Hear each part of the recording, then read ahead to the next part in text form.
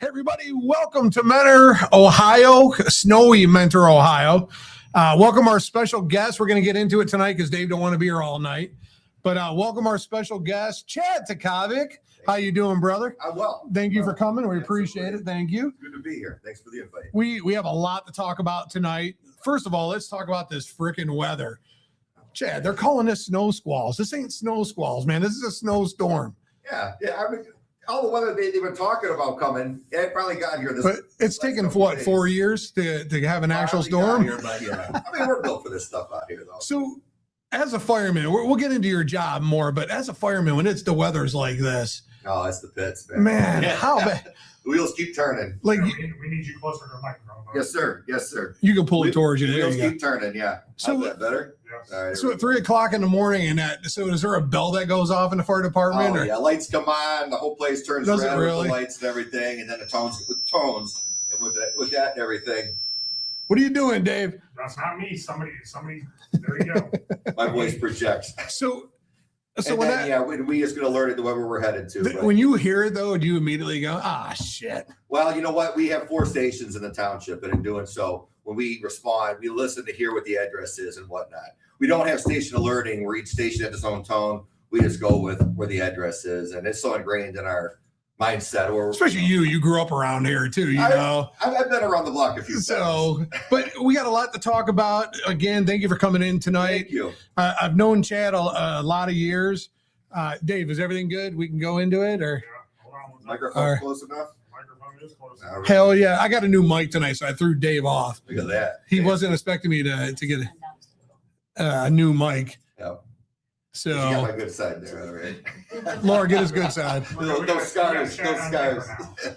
We got Chad on camera now. You guys. There we go. There, yeah, Chad, you look pretty good on camera, Thank bro. you. Thank you. I'm So, totally sucking it in right now. so just briefly, I want to talk a little bit. I know if you've been keeping up with it or not. Barberton was going through some drama. Yeah. Barberton Speedway ended up selling. The people that bought it are kind of being shitheads about it. So a lot of you that were watching last week, I said I was going to call on Wednesday to talk to the new owners of the property. So a mulch company bought the place. And I think, and I don't want to speak for Dennis Knox, but I was told that once you sold it to the mulch company, they were going to work a deal out with someone to run the racetrack, and the numbers are through the roof. Like the mulch people are really trying to take advantage of the whole situation. That's unfortunate. Yeah, and it's bad but you know, Chad, our generation, you know, we just don't sit down and just take it. You know, Of course not. and there's not a lot that you can do once it's sold or whatever. But I was thinking, and it came to me. So I thought about how would you, as the drivers that are pissed off, handle this? So I thought, get 10 guys together that have money, or 10 guys to put in $1,000 a piece and start a mulch company right next to. I like it. So listen, I so happen to know a lot of tree guys out there. I know it It works out sounds pretty funny and vindictive. I hope it sounds vindictive because that's what I'm trying to be right now. But so if there's 10 guys out there that you lost Barberton, these guys ain't. I called them twice on Wednesday. I called them Wednesday morning, Wednesday afternoon, no answer. I kept getting a voicemail. Do you want me to switch mics, Dave? Yeah, you're good. You're good. You sure? So I really thought, I was thinking, it was like 3 o'clock in the morning, and I went, I got it. Why don't 10 drivers or 15 drivers get together and start a mulch company, cut their prices, find out what they're charging, and go to all their customers and say, hey, why are you paying this much when you can come to me? Bravo. And get it. I'm all about it. So put them out of business. So listen, you're taking the racetrack and you're talking about destroying it. You made it so expensive that no one can lease it. They made it, I don't know what the price is, unless Foose wants to come on, Jim Foose Jr. wants to come on and talk about it. But 1.7 million for 1.7. for a track, I think. For they- They paid 500 something thousand. So my thing is, the guy's sitting there and he's laughing that he thinks he took advantage of all these racers. If I was the racers, I wouldn't just sit there. Honest to God, I would. But this is our generation. This is what we do. When I came back in 2008, we lost everything when the economy crashed. I lost everything. So I had to start all over. But a repo guy came to my house to take my boat, take my Harley, and take my car. And I love that And that vet. Sting, man. Dude, my vet. I love my Corvette, dude. Of course. I love that My car. dad's got a 65. Yeah, that's the dream car in the there. dream car, man. So I said to the guy, hey, you don't know what people are going through. Don't come to your house and start talking down on them about, you're here to take the shit and do all that. So I told Laura while he was standing in the driveway loading the shit up, I said, let's start a repo company, put this prick out of business. How long did it take me? About 8 months? Mhm. About 8 months it took me, and I put him out of business. Bravo. So that's the way I'm looking at it now with this racetrack. This guy promised, Yeah. the mulch company promised the people that he was buying the racetrack from, Hey, you got to always consider who's making the promises. That's And when true. it comes down to it, at the end of the day, it's all about money, and it's unfortunate. Yeah, yeah. And these tracks, I mean, our local beloved racetracks are dying, and we got to figure things out, and we just can't let them go to the wayside. And like, Now more than ever. especially now more than ever. Like I commend Scott Skufka and crew for doing what they're doing right now, and thank you to the Maggios for keeping the place rolling for the 9-10 years that they had it and whatnot. But that little speedway is home to a lot of us. I couldn't imagine if Painesville was in that situation, and So I told a lot of people, and I think you'll agree with me. I told a lot of people, my dad raced there in the 70s just for like a year or two, but I was there even when my dad didn't race. I was there every Saturday. No, it was Friday night back then. Yeah. So we Friday were night racing. I remember that. Yeah, so we were there. Yeah. What I try to tell people, and the best way to explain Painesville Speedway is, it's a community racetrack. Absolutely. Everybody knows everybody. Yeah.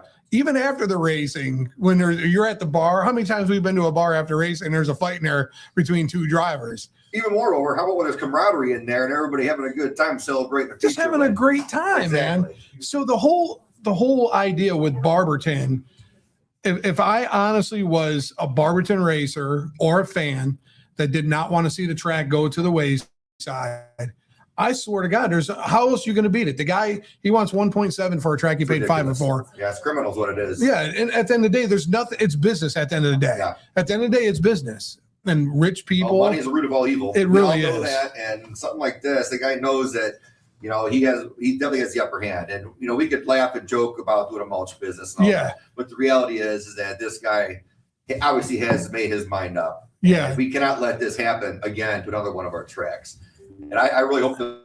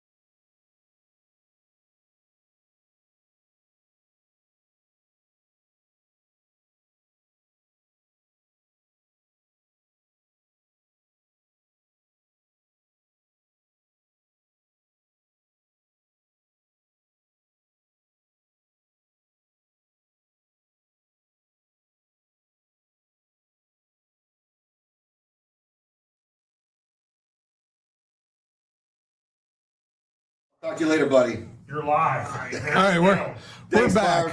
Barb. All right, We're back, baby. We're back, baby. Better All right. than ever. Make it Chad, happen. I don't know, Dave. I don't know what Laura did, but I seen her walk behind me, and then everything went black I again. got Laura's back. Listen. Thank you. Chad, from this moment forward, we are putting a gate up, and That's it. Laura It's is it. not allowed in this studio. No more.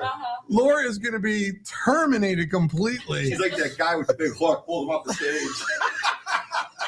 I knew I was gonna get the blame for this one. The best part is we didn't even lose any viewers, and we're still live. All right, So we're good, Yeah. good. You know, Welcome back, Fayetteville Speedway. so we were in the middle talking Barberton, and Laura said, "I'm sick of this conversation." Walks behind me and plugs it out of the wall. Next. Yeah. So, Yes. Yeah, babe. you know, before we go back to talking about Barberton, let's talk a little bit about Outlaw Oh, yeah. Light. Tell Dave, Very refreshing tell us a little beer. about Outlaw Light. This right here. Outlaw Light is a beer that is originated from Colorado, and it's made its way out here Oh, the to Rocky the, Mountains. to the East Coast. Hardy, Dale Earnhardt Jr., and Justin Allgaier actually own parts of that. No kidding, right? Yes. So it's a light beer. They're going to be coming out with a regular beer here in the future. But that is given to us by Corey from Outlaw Beer, which was the official beer of Painesville Speedway and Lorraine Raceway Park last year. Corey, thank you. Appreciate it. If you guys go get an Outlaw, make sure you guys tag Outlaw, Redline Network, Redline Radio for a chance to win a free 12-pack. These guys already won their 12-pack, so I'll be getting them. their Damn, that just 12-pack. tastes like victory, Chad, Dave. That tastes like victory right Chad, there. how is that beer? Damn refreshing, man. Well, here's It's like sliding sideways across the finish line right there. here's my Kissed by the question. trophy girls. Chad, Your wife says she wants one just because it matches her nails. Of course. It makes their nails perfect. so Chad, my question is: it She's my says trophy girl Outlaw right Light, there. but it's got a moose on the front. How can you be out hunting moose with a light beer? You know, bro, I You don't know can't how it hunt goes. moose with a light beer. You Can know we- what, though? It's a hell of a design on there. Let me. Is it good? Should I taste it? It's what you have to. Okay, Yes. let me try it. Them are $1.79 a sheets, by the way. No kidding, 12, right? 12 packs are $9.99. 30 packs are $19.99. You know what I call that? I call that the master cylinder right there. Hey, Laura says whenever I unplug a show live, I'm drinking an Outlaw Light. There you go. There you go. I like it. Well on our way. Wow. Cheers, Jerry. Wow, that is pretty good, Yeah, quite actually. refreshing, man. That is pretty good, Dave. Hold on a second. We make sure we talk to Scuff Guy, make sure these things in Victory Lane this coming season. That is actually really good. Yeah. I'm surprised. What we used to do at Painesville is during the red flag lap, it was $1 outlaw beers. Oh, $1. thank Get God it wasn't yellow ones. Laura, Four cylinders have freaking be out of beer in freaking 20 Dave. minutes. get her out of this studio right now, Dave. That's it. Hey, she's the boss. We're all just here in her world. That's right. We're That is listening at it. good. Yeah, Good, absolutely. So let's And get it's light too, so you know, fitness is my passion. So. Right. This is my- it actually is really good, Dave. Thank you.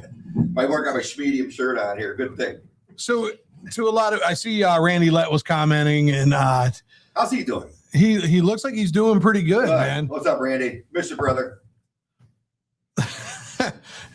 Kyle, honestly, Carl Carlson, the guy that does all the YouTube videos at the tracks, Sure. I'm telling you, dude, it tastes really good.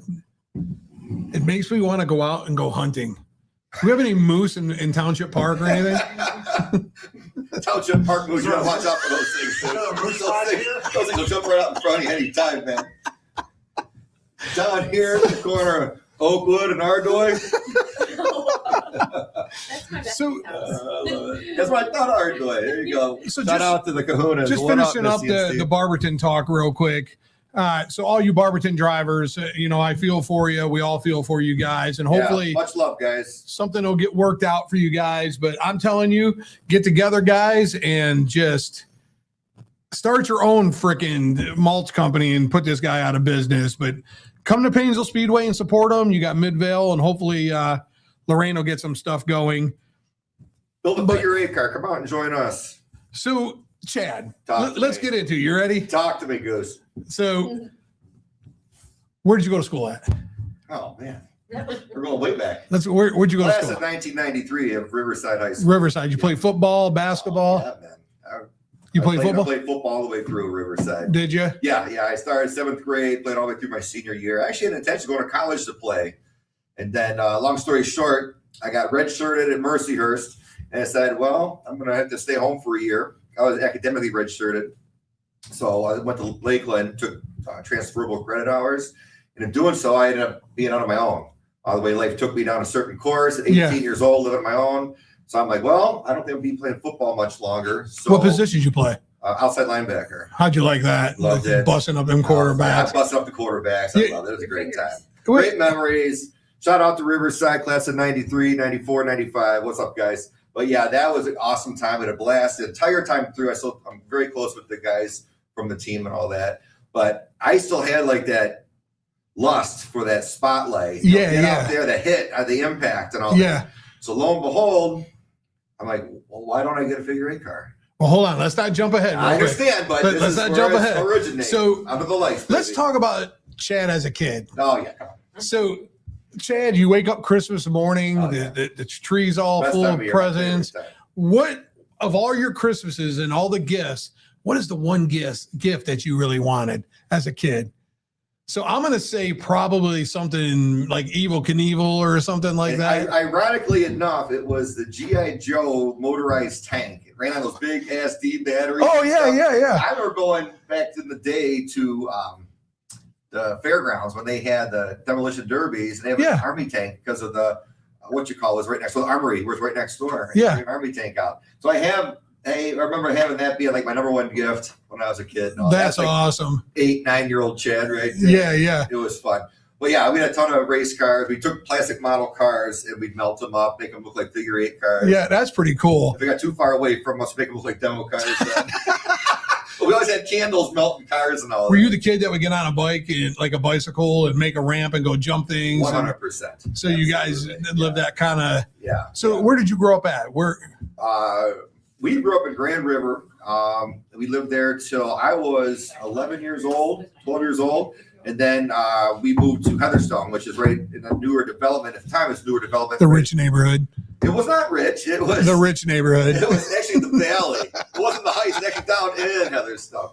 But we lived over there, and I had like a paper route. My brother and I actually had a paper route together. And in doing so, I worked at Kuhar's Pizza Oven selling Christmas Oh, trees. wow. Yeah, Ed Kuhar likes to joke with me, even to this day, when we see him at the Elks Lodge bid. He tells people I was his branch manager. Really? Yeah. Because you're Christmas trees. Christmas trees.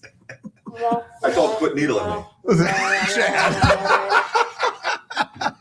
So as What's a up, kid, Eddie? Good to hear from you. So as a kid, were you the kid that like got in a lot of trouble as a kid, or were you just focused on school and doing right I there? was focused on sports and girls. And then when I got to, as I got older and stuff, cars really started coming in the picture and everything. Yeah. But I was definitely into hanging out with my friends. I was definitely into sports, especially when I got 7th grade with football and all that. But when I was younger than that, everything was kind of cool. Everything was, we went to the Speedway quite a bit when we were younger. And then after, Who got you hooked on Painesville Speedway though? Honestly, my mom. Hey, Mom, I'm giving you your shout out right now, by the way. I love you, Mom. Our mom loved the stock car racing. Wow. Her and her dad, my grandfather's taking them out to Cloverleaf Speedway. Oh, they moved wow. out this way. They started coming to Painesville. They brought Scott and I out. And in doing so, Dad loved drag racing. So we would split the summers up. I was going to ask you that. If your dad's a drag racer, your mom's a circle track. Yes. How crazy is that? So it was destined. It's kind of ingrained in our DNA. But Mom loved the stock car racing, and then Dad loved his drag racing. And then on the off weeks, we go to Annabelle's and cruise through Annabelle's. But a funny story about you. I was at Thompson. This was years ago. I'm old now, so I can't remember how long ago it was. But I was at Thompson, and it was the gasser weekend, and I seen you walking around looking at the gassers. Yeah, I love those cars, man. To me, that's racing. That's to me. drag racing right there. Yeah. And, those bracket cars are awesome. Great power and all that. So Yeah. I've had the privilege of running Scott's dragster and a Vega at one time too, and the door car. Great experience. But those gassers, that's just old school, man. Those guys bringing them up to the line. There's electronics. It's just, pop that clutch and go. And those guys that weekend were having so much fun, dude. It was a blast. But I seen you walking around and looking at them and stuff. Did you ever think about a car like that? I have, but I'm addicted to this damn figure eight racing, and here I am. I've been literally racing for 30 years. This is my last year was my 30th year racing. We'll get into racing here in a second. I just got a couple more questions That's for fine, you. that's fine. So, Chad, were you in let's say junior high? Okay. Were you like involved with the ladies, the girls? Did you Yeah. like? So you went to prom and All that. homecoming and all that? Yeah, I did all that stuff. Yeah. Did you? Homecoming, prom. Like I said, being part of the football squad and everything was big. I was in track too. Look at me now. You wouldn't guess it. But I was definitely in the track team through shot and disc. But yeah.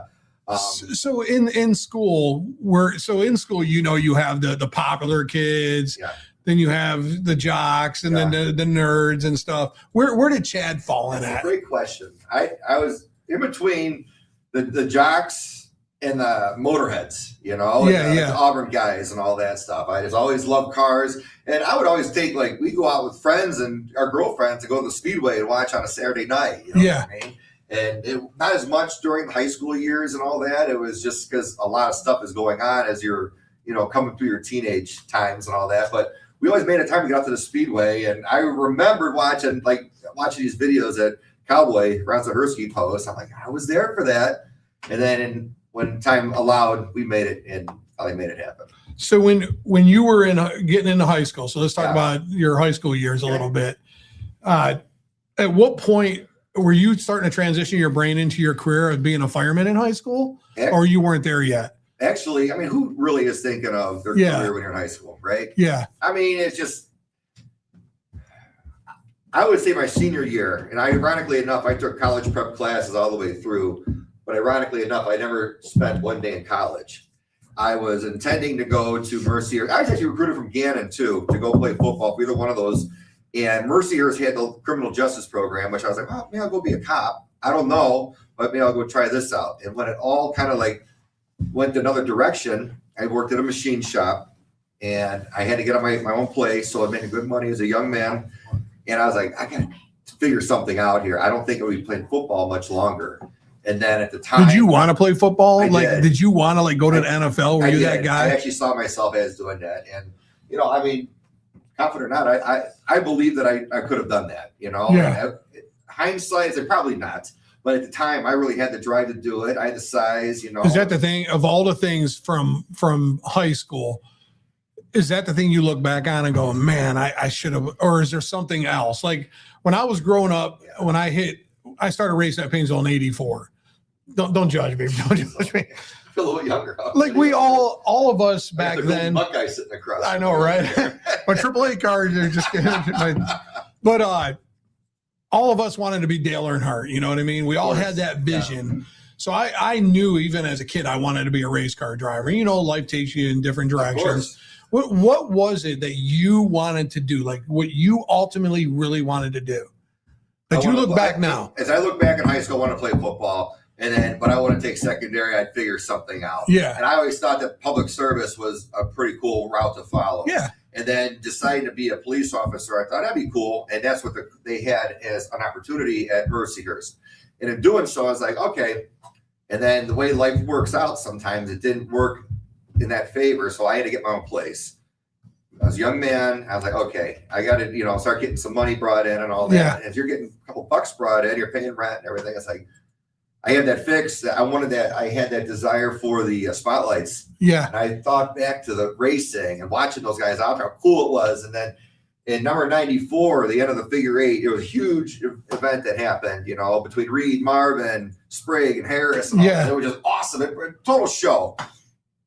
And then moving forward, it's like, man, I think I like to have some of that. You know what I mean? So if right now, if you could have picked the NFL team to go play for, who would have been? I want your honesty. Wait, right now? No, if back then, if you could be talking to little Chad right now, little Chad.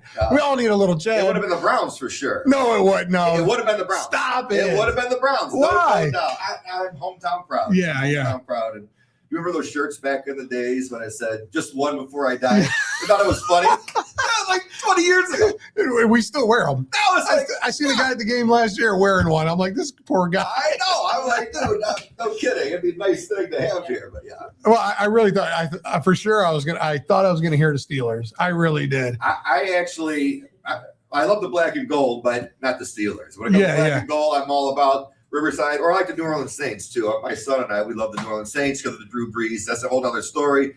But Drew Brees is like our number one guy in our family. What we rooted for when Nick was coming up as a young boy in youth football and everything. And my son played quarterback. He loved it. He just emulated Drew Brees. Missy was able to get us down to Tampa Bay at the end of both Brady's and Brees' careers. We were able to watch those two play during COVID, and we got to see Brady and Brees play. Brees won and Tampa Bay, so it was pretty awesome. But hey, Nick, hope you're listening, bud. And that was a great time. I love you. So, jobs before we get to the fire department. What's the craziest job you had? Other than being a Christmas tree salesman? Yeah. I mean, that is, if you say leg lamp salesman, I'm out of here. What is the craziest job besides that? I worked at and managed a car wash. Did you really? Yeah. As a matter of fact, that's where I met my beautiful bride over there. She came Did you come in and get her car washed? She came in one day, hopped out of this truck, and she had like the shortest shorts on. I couldn't believe it. Like, who F is this? And then I just followed her through, and then she was smiling. You followed her? I did. Well, I was in the back, doing like the sales thing. Yeah, and all yeah. that. I'm like, my heart was pitter patter and all that. So then I'm going through the bay, and I went up front. I'm like, doing the final job up front and everything. So is it the car wash where it's on the rail, like it pushes you through? Oh yeah, it's actually the Zampi's car wash. Oh, okay. Now, right there at Heisley and 20. Yeah. That was Spiffy's car wash back in the day. So you didn't shut it off or anything just so she didn't take off? Yeah. I'm sorry, it's broke. You're gonna be here for about 30 minutes. Yeah, she wore these shorty shorts. I'm like, who is this? And then, so that was probably the craziest job I had. And then to their credit, when I was a kid, I started working there. It was like after the Christmas tree gig. Yeah. I worked out at the car wash like as a young man, as I was 14 years old. And I started there, and I left when I got my own place, and I got the machine shop job at Enterprise here in Heisley. It was a great time meeting good people, but that's not you though, right? Like I learned how to weld, which is a bonus in Yeah. there and all that. But I learned that, man, I gotta, push forward with this EMS stuff. So those guys that the Croatian-owned business, they wanted me to go to school for them with the CNC Oh wow. tooling. I'm like, Yeah. But let me finish this up first. They didn't like that I had to cut out a half hour early, like on Tuesdays and Thursdays or whatever it was. Yeah. So long story short, we couldn't really get together. And so I said, thank you for the opportunity.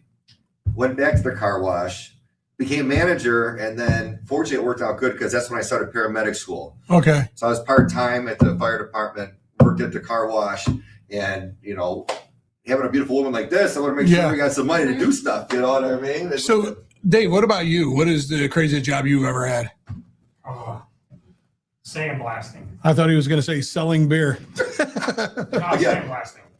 Corey's watching, by the way. He said, thanks for the shout out. You see what Right there, Corey, he's the right best there, promotional. Chad's over here doing. I don't always drink beer, but when I do, I prefer the Outlaw Light. The least interesting man in the world coming at you. Figurine extraordinaire. Before I run into a burning house and put it out, I open up my That's Outlaw Light. When I'm done putting out those hot fires, that's your ass. I know how to cool it down. That's great, man. Hold on, man. Before I cut you out of the car, That's right. now I'm ready. I can get You you gotta out. hydrate. You gotta stay hydrated, man. That's Going out there all great. woozy. You can't be going out there all woozy. So let's talk a little bit about your career. Cool. What was there anything particular that moved you to that, wanting to be in public service? To be honest with you, I was in a position in my life where I was still at Lakeland trying to take the transferable credit courses, and my buddy Adam Budziak, Adam, what's up? Hope you're listening, brother. Miss you, love you. He told me, hey man, how's those classes going? I'm like, it's really not, because I was the guy that signed up late. So I'd have classes in the morning and some in the late afternoon. And I was over at the Roadhouse before it burnt. Remember? Oh that place? yeah. Having lunch, and then Holy beer shit. went to like 3, and I'm like, this is not working. So he told me, hey man, I just got hired in Fairport Fire. I'll take this night class.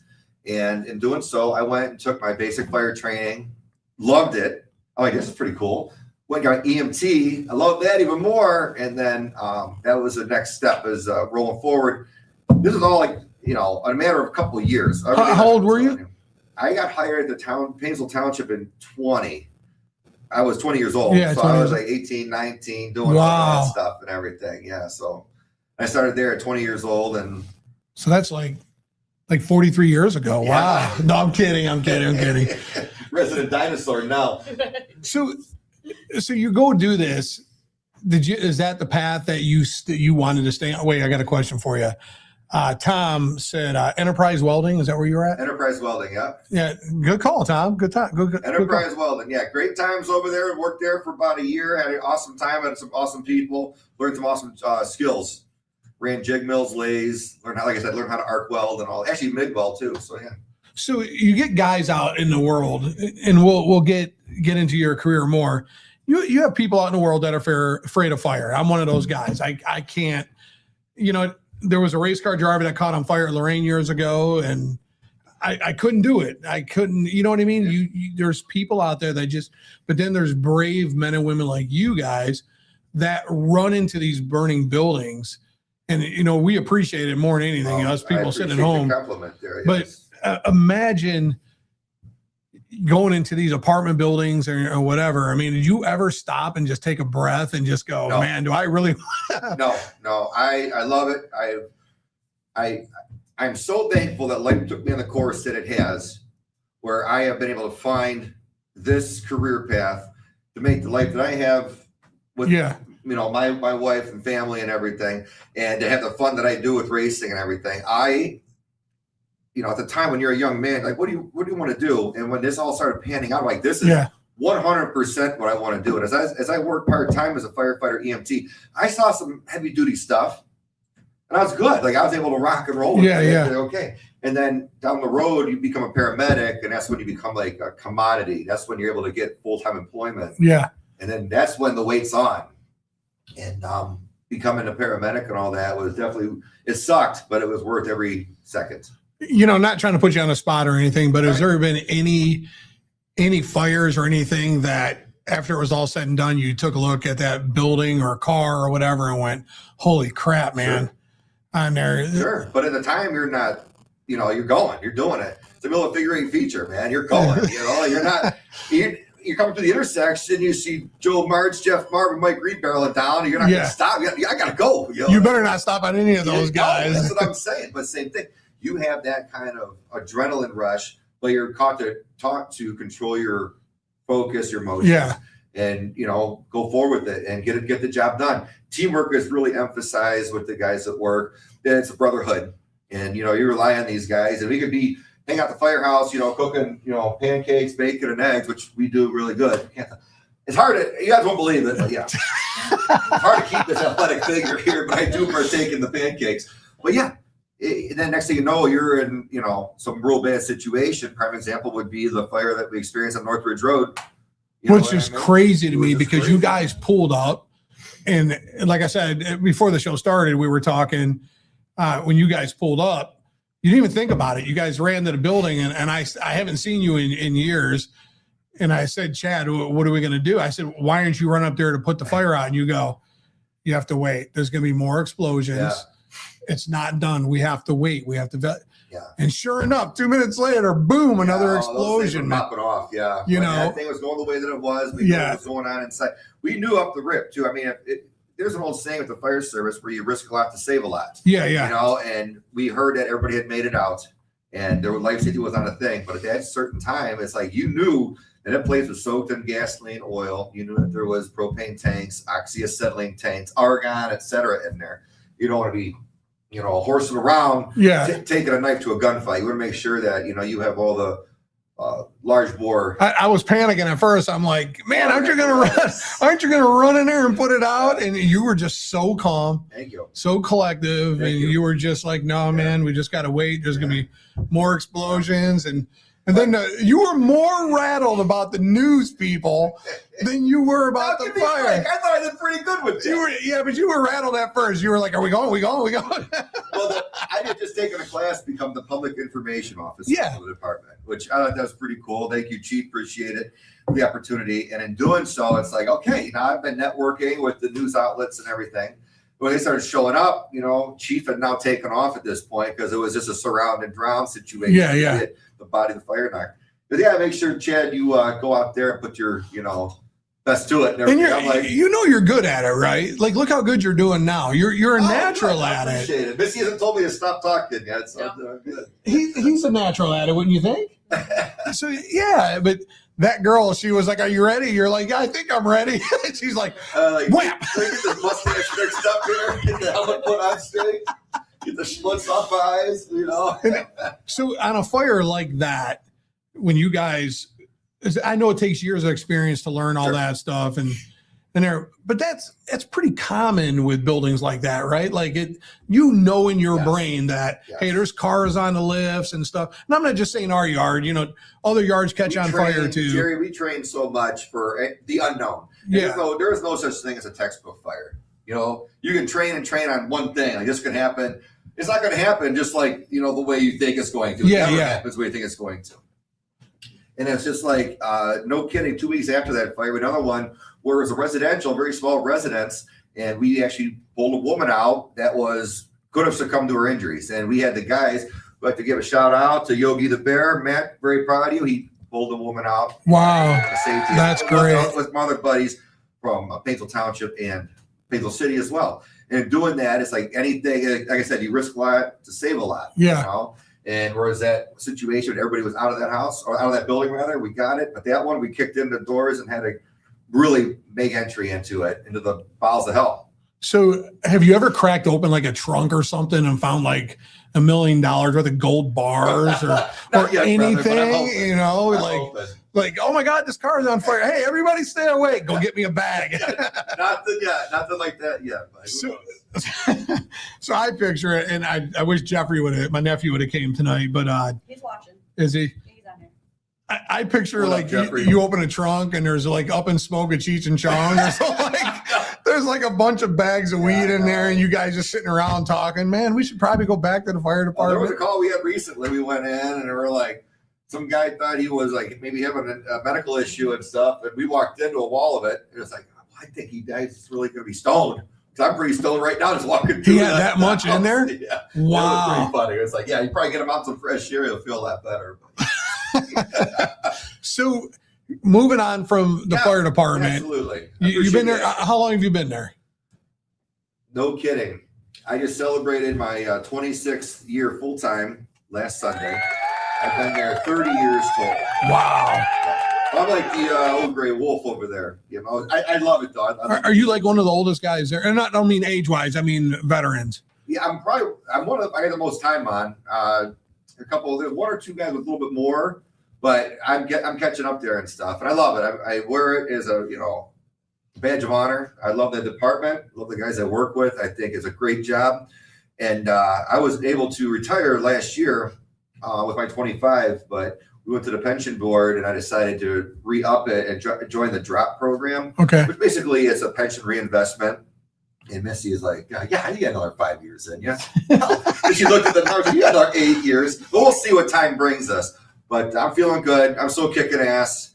And I feel like I got a lot of tread left on these tires still. Do you guys, and I know everybody thinks that, firemen are in the gym all the time and doing all this stuff. Do a lot of firemen actually do? Is that what they do? We do. And we promote physical fitness training. Yeah. It's not mandatory, but we do it. We all kind of push each other to do that at work. If you're not at work, you do it outside. We have treadmills there. We've converted 2 bays over to workout areas. So Wow. you got Nautilus machine, straight bar bench. You have some treadmills, stair climbers, bikes, all that combat bikes, I think they call it now. But all that stuff. So we got to keep our tickers good. And, So what's your favorite food at the fire department? Oh, brother. Come on now. Come on. Everybody's listening. Wait, are we cooking or are we ordering? Okay, cooking. What are you cooking? All right. If we're cooking, I'm a big fan of the breakfast. And Dave Green makes the best breakfast this side of Painesville Township. Over there in Southtown where we're out of. He whips it up good. Blueberry pancakes. We got he takes onions and he puts the eggs inside the onions and sunny side up and everything. Holy crap. I know. And then he has like this thick cut bacon, which is like, it's like a pork chop. It's a wonder I keep this figure. So you keep your eyes to yourself over there. Eyes up here. Eyes are up here. Sorry. Plug it. If she comes this way, she's coming to plug something. She's going to shut the mic off. The screen's going to go black I love again. it. I love it. So for lunch and dinner though, Oh, brother. Well, you know what? We are primarily a breakfast shift. are you? But we do like to grill out and stuff too. So we'll throw a steak on there and stuff. Lunch, we usually brown bag it. You know, Yeah. My wife likes to bring me the leftovers. She always whips up a great meal and just enough for lunch. the Bro, next day. you save people's lives and she brings you leftovers? Well, not all the time. You just enlisted for another 5 years and she's bringing you leftovers? Thank you, Jerry. Thank you, Jerry. Come I on. appreciate No. that. Soup. I make you a beautiful soup the day before. Missy does make a pot of soup. So like the recent one was like split pea and ham. Yeah. That was really good. Oh, sausage tortellini. That was really good too. Listen, The Chad. spicy meatball. You're saving lives. I know. No leftovers You gotta for. fuel the tank. You gotta fuel the tank. over I'm it. so kidding. But if we're ordering food, though, I got to tell you, Red Creek Bar and Grill takes Yeah. very good care of us. Thank you, Red Creek. Shout out to you guys. We will get hometown slice pizza. I know you guys are very fond of that. Holy crap, Those guys are dude. great. Ryan Konensky, Yeah, runs the show yeah. over there. Ryan, I used to work with him at the car wash. Did you really? Go back to the car wash days. Did he meet his wife there too? He may have. I don't know. Oh my God, we gotta I think ask he him. checked all his girls, but you never know. We're all Don't going to get the in car trouble wash there, Ryan. tomorrow. But yeah, The pizza at that place is amazing, I man. will tell you. Master Pizza always holds a special place in my heart.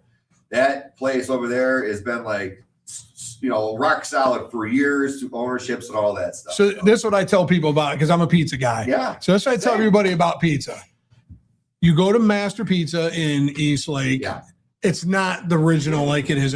Even though this No, it's- one has changed owners, it still tastes Yeah. like the original They Master passed Pizza. that, yeah. Yeah. Recipe on down. So I hear people all the time to go, "Oh, is that the one on Vine Street?" No, No, no. sir. Hit the one in Paynesville Yeah. You know, it's funny story. I actually left the gym the other day. and stopped at Master I was Pizza. hungry. Like, I should take a bite. They were closed. I'm like, hot dog, I'll think it's how many hours to get a salad though. Don't worry, I'll get a small dinner salad.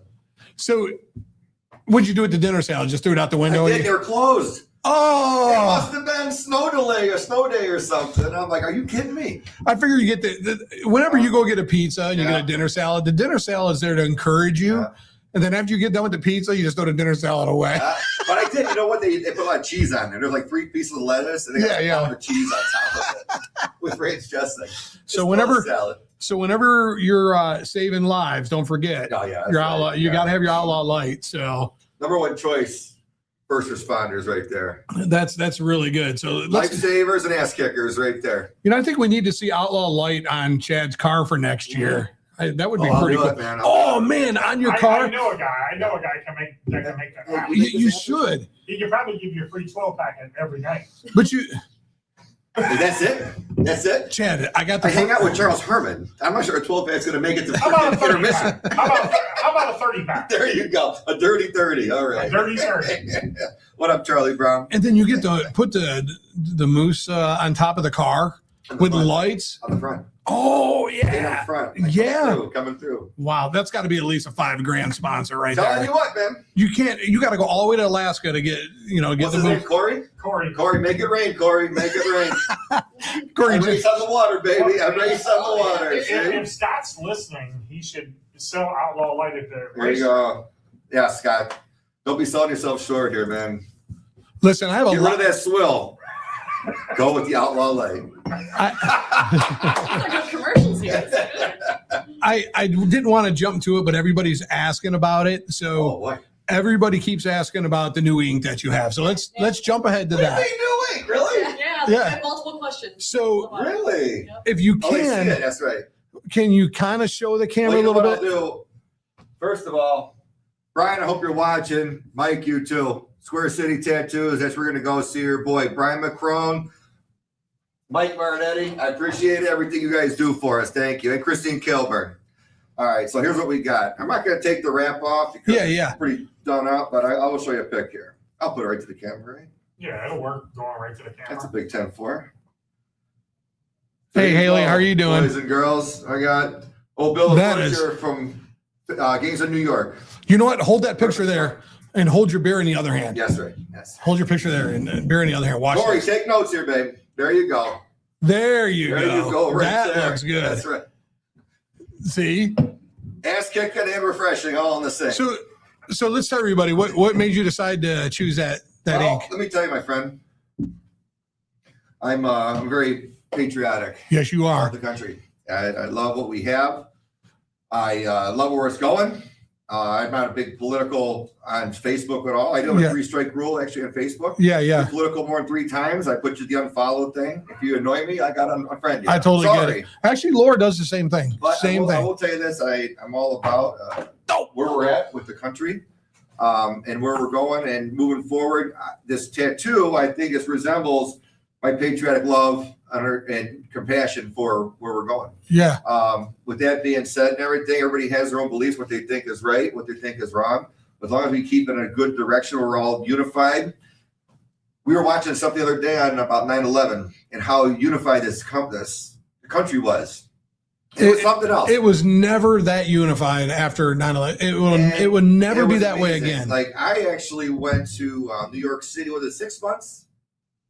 Afterwards, we went to New York City. So it was the pit at that point. And we went out to St. Patrick's Cathedral, walked around it and all that. And it was actually a very moving event. I know a lot of the kids in this generation don't really realize how big it was, unfortunately, it's because we are 25 years past that. Yeah. We have to remember all that stuff and how we were back then. But how did everybody forget?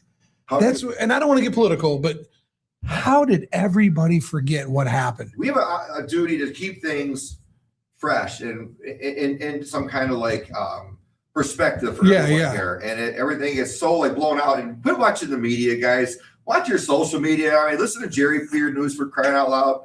Dave Wallencheck's giving you some good information over here too. Hell, once in a while I might have something. But quit listening to the mainstream media.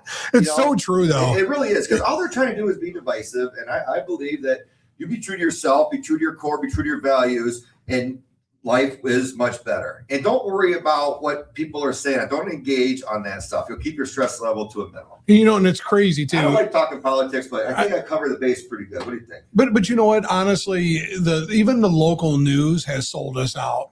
We don't. We used to turn the news on and hear everything. It wasn't just this side or that side.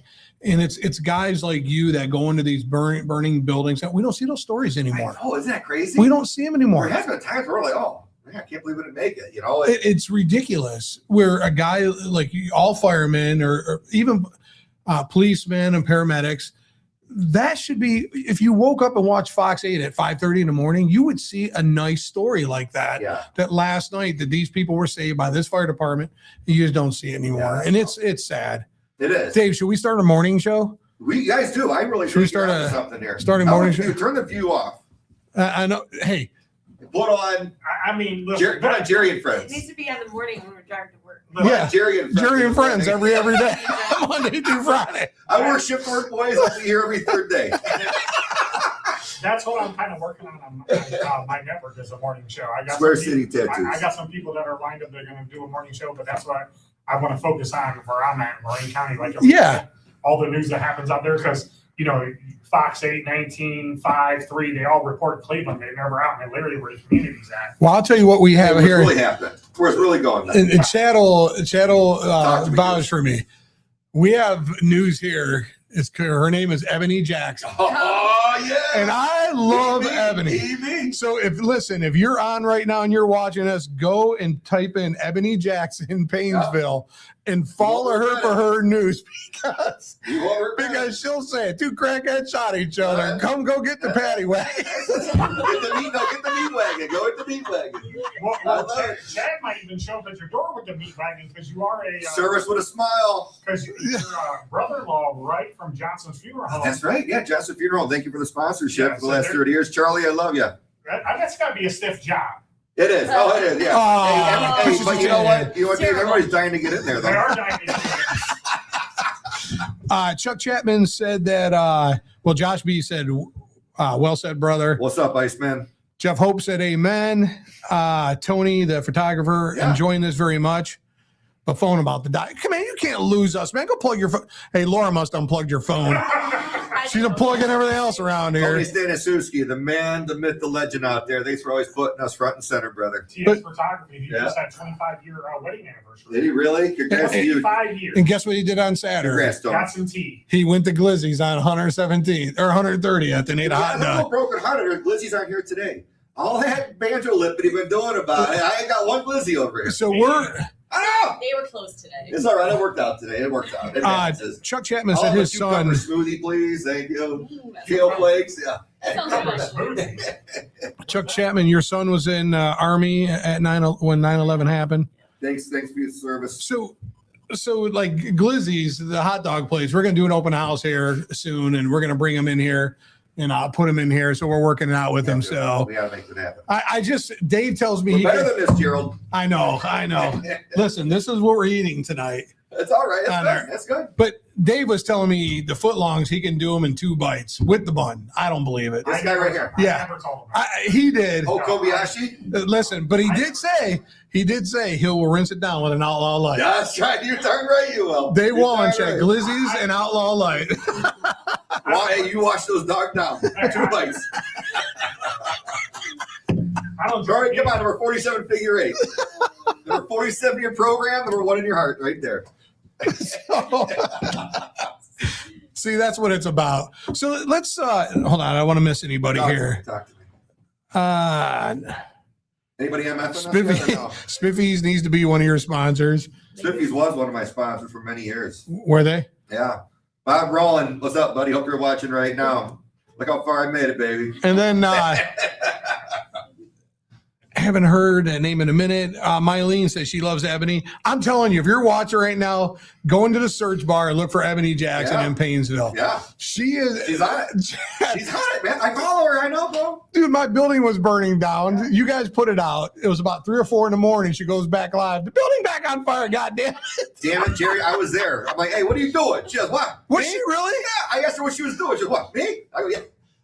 So you were there when it caught back on fire? I was on fire watch. Were you it really? Didn't catch on fire. It was like a spot fire. You know how deep that shit was over there? So did she call you guys and tell them it was on fire? Well, no, we were already there. Oh, you were? No, we were on scene. Yeah, yeah. This was like It at was a 3 or little 4 in the bit- morning, she though, right? Overinflated that one a little bit. Oh no, man! No, I think it was, no, I'm telling you what. We were on scene. We can't leave the scene no. She when we're under investigation. So our chase vehicle was parked out back or on the side of the building, one or the other. But when we have a scene like that, we cannot leave it. There listen. was somebody there. She said it was engulfed in flames, kind of like Overshot. the infernal. Eb, come on, Eb. I think we're better than this right now. I woke up in the middle of the night. I had a bunch of texts. Your building's back on fire. I'm getting dressed. I'm going out there, and they said no, it's not on fire no more. It's probably me eating a freaking stale maple donut with a cold coffee. So let's get into your racing career. Let's start talking about Let's it. do it. So, at what point did you, in your mind, know you wanted to go race cars? What was your age? Yeah. Well, I was out of high school now at this point. I was working in the machine shop. I was making some decent money for a young man and all that. And This Tom guy said he worked there for 20 years. Did you know Tom? I don't know how to say his last name. Tom, big guy. No, Tom. How do you say his last name? Z. I call him Tom Z. Zukovic or something like that. Yeah. Oh yeah. Did you Tom work Z. with him? Tom, are you a big guy? Supervisor? Mustache? I don't know remember what he- you. Yeah, I don't know what he is. I He put on a goes to the few. racetrack every week. I put on a few weight, a couple pounds since then. But yeah. Yeah, 2 or 3. That's Yeah. it. Oh, thank you, Jerry. Thank you. I would say at the point I was at was working in the enterprise machine shop. I'm like, okay, cool. You know, I'm going to be doing this. I got that. I still had that drive, the need to be, you know, under the lights. and Yeah, get something yeah. Going. I thought, man, let's get a car going. My brother Scott was at the Auburn Career Center working on automotives and all that. And I'm like, all right, cool. Parents going through a divorce. Like, all right, we'll get together. We'll figure this out, make it happen. So long story short, I drove by Mike Reed's place by chance out on, what was it, Southridge Road. And he had a car sitting there. And I drove by, stopped in one day. I saw him outside and asked him what you wanted. And, you know, he was hardballing me. He was hardballing me. Well, Reed. that's I know Mike you're Reed. watching That's what he now, does. you son of a gun. That's what he does. That's but yeah, Mike. But yeah. Was it already I a got race his car? Yeah, it was the car that he had in '93, the blue with the pink number 23 on it. Okay. And he won the championship with it. And this was in 1995, early 95. So I bought this car and brought it home. My dad had a shop off Johnny Cake. We're outside. Literally, the car was sitting outside. And it started nickel and dime it. Went to the Lane Road junkyard. Yeah. Piece part what we could off of it. $50 transmissions. No kidding. $25 fenders. And we got this thing put together, went out there and had some fun. Rust-Oleum rattle canned it. Well, that's how we did it back then. Nobody painted their It cars. was so fun. I had such a great time. I got to run with the best of them, man. And running in the mid-90s, it was a great time. Be it Joe March, Jeff Marvin, Mike Reed, Craig Marvin, all those guys. Joe Corson was out there. I worked with Joe at the car wash too. Became my brother over the years and all that. But I got to tell you, racing with those guys, it was like if you finished the race while getting a flat tire, you felt like you won the damn thing. You know? So, especially as a young guy. This car you bought from Mike Right. Reed, how did you put it together by yourself, or did family help, friends help? I had a lot of buddies come out. My brother was there. A lot of friends came out and all that stuff. And it was duct taped, and this thing was just best we could do. You know what I mean? And yeah, Did you go right into figure eight? right in figure eight? Did you really? Yeah, Gordon had already lifted that rule. I was told that I have to go a year in trophy stock. Yeah. I don't want to do P stock. Cowboy, that's for you, but I know you call it P stock. I don't want to do P stock. I want to go right into figure eight. And I did. I qualified. I think it was popping out the exhaust and everything else started me on the pole. I don't know. I think I qualified like a freaking 21-20 or something. So, and your first ever figure eight, Pole sitter. you're on the pole. Holy pole. shit. Yeah, you hear those guys. They were coming out. I mean, they were keep coming out the gate. Yeah. Yeah. So you're My pulling buddies, out. my buddies come up to the window. They're like, good luck. So you're on the pole for your first time ever in a figure eight race. Yeah. Honest to God, what was going through your head? Robert Grab was behind me. Oh, and man. Rusty Johnson, Electroslide and all that. Old Yeah. Buick, my little Buick he had. Yeah, that thing was It huge. was huge, dude. I mean, that thing, they're revving up behind me. I'm like, So Got my affairs in every order. rookie does this. Let's see if you are not that guy. So the green comes out, you go through the tire. Do you spin around or do you keep going? No, smooth and steady. That car was slower than shit anyways, but I Yeah. still made it right up through the intersection and all that. We come around 2-1 though. I overshot that and I missed the entrance of the tires though. Did you really? I had it over first. I let the game clear through. Yeah, that yeah. thing. But I didn't cause a chaos or not. That was the biggest thing is make sure I kept out of the way So and learned to groove. the green comes out. You jump to the lead immediately, or did he stay next to you, whoever it was? Oh, he was that. It was Rich Meyer, number 4. I'll never forget, number 44. And, Okay. he was right there. Larry Meyer, Rich Meyer, one of the Meyer brothers. And number 44 was a great Monte Carlo. It's one of the old Steve Witt cars. So I never forget. I have all this stuff tattooed in my mind. Just So because- you're coming up that straightaway. You know you got to make that right, dude. And in your mind, you're like, "This ain't gonna I turn." made that right. I'm like, I'm not sliding it off. Man, it's got traction control or something. Did a little bit like, no, I shot off the track, going right there by the flag man there. So once you got back going again, how was it? Rock and roll, yeah. It's How good. was it? Smooth, man. I said, shout out to Craig Marvin because he could have nailed me in the intersection one time and he popped the throttle twice, let me get around. I'm like, thank you. But Bro, and I'm gonna tell you, Craig Marvin don't let No, too he many doesn't. people. He don't let them I'll back through. this up. The week before, I pit next to Craig Marvin, and he, my car was busted. I didn't make the feature, and he borrowed a tire off of me. So I think that kind of was my saving grace. So, Yeah. Motorhead, if you're out there, thank you. I appreciate the leniency. Did you finish that first race? No, it's kind of funny because my transmission was slipping. I got spun around. I had no reverse, so I had to pull. Oh, that sucks. Don't worry, I went to Lane Row the next week, and I put another one in, and I didn't finish the next week So either. did Randy and Chris Lett help you a little bit with the figure? Randy and Chris, I didn't really start hanging out with them at the track until later on. Okay. I pit next to at the time it was like Dale Atwell, Craig Marvin, and that was like the guys I would just find out there. And You got to admit back then. So what year was that you said? 95. So in 95, you got to admit, man, there were some great drivers in Great- figure eight back then. Great drivers. You were, if you won back then, you earned it. You earned it. You It earned wasn't No. just, and I'm not saying it's not now, but those guys back then, Animal class. I mean, it was crazy. When I started racing in Tony 80, Wellman. oh Joe Louis. man, Tony Wellman wouldn't stop. Those guys were not stopping. The Cowboy, Jeff Marvin, Craig Marvin, Dale March. You can't remember Dale March, So, Scott Harris, When Lou I, Sprague, all those if guys. you remember back in like 84 and 85, when guys like George Puskas and all them George guys, Puskas was there, yeah. those fucking, what the hell did those guys do during the week? Because when they showed up and that green came out, even before Gordon bought the track, Gordon Allen, Kyle Masson, all those guys, dude, week after week, those guys were battling for it, man. Yeah, they were. It was awesome. It was like the figure eight racing was better than any racing there, And dude. going back, like you said about when I was a kid and all Yeah. that, even though I had other things going, I always made sure I made it to the speedway a few times throughout the year. And I knew who was who, what was going on and everything. I just always like knew what the score was. Yeah. I just loved the figure eight. Sportsmans were great. The Big Dogs feature was great. Yeah. And all those, I remember there was like 4 or 5 features back in the day. Yeah, stock cars. sure was. And then I just love the fact that they had the graduation. They ran spectator stocks, trophy stock. They won a championship. They had to move up to a money. They had to move it up. Yep. You had plateau. You had to go to figure 8 or sportsman. Right. They are onto something. Well, thinking of the racing back then, and we'll just go back when you were racing. There was a good group of guys racing, man. And I think of guys like Jeff Bartleball. Oh, yeah. And absolutely. Shockey. Kevin Shockey. Yeah. Another one. Shockey. Scott Bush. Every week, Scott and I Kevin and I were putting a new front end on his car, helping each other. Because listen, if you crossed him, man, he wasn't fucking Bartleball. How many times did Bartleball and hit somebody in?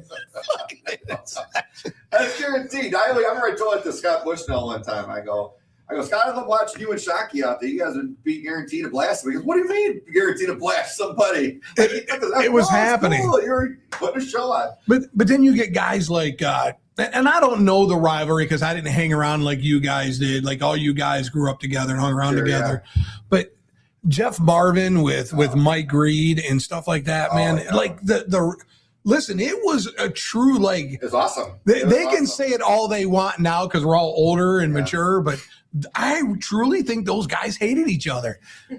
I think it was hate. No, dude, I'm using. Unless they say different, man. It was just sick competitiveness, and I've been there, and I've got my rivals too. And I got to tell you, those two, they like each other. When the helmets come on, it's a whole different ballgame. Okay. And I will say that on both of their behalves.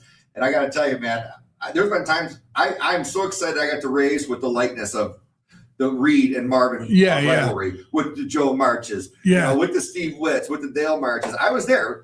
These guys put on a show, and they built where they came from. And like Cowboy, I always watch Cowboy to see how you do, because he worked the crowd. Cowboy to me was Reynolds. I always said Herb Reynolds. Herb Reynolds, another great one. What did he win? Like 18 features in a row or something like that? Something crazy. Well, I know Billy March is 13 as the so record. then Herbie was probably like 9 or 10 or something like that. I don't know Herb's record. I know he won a lot.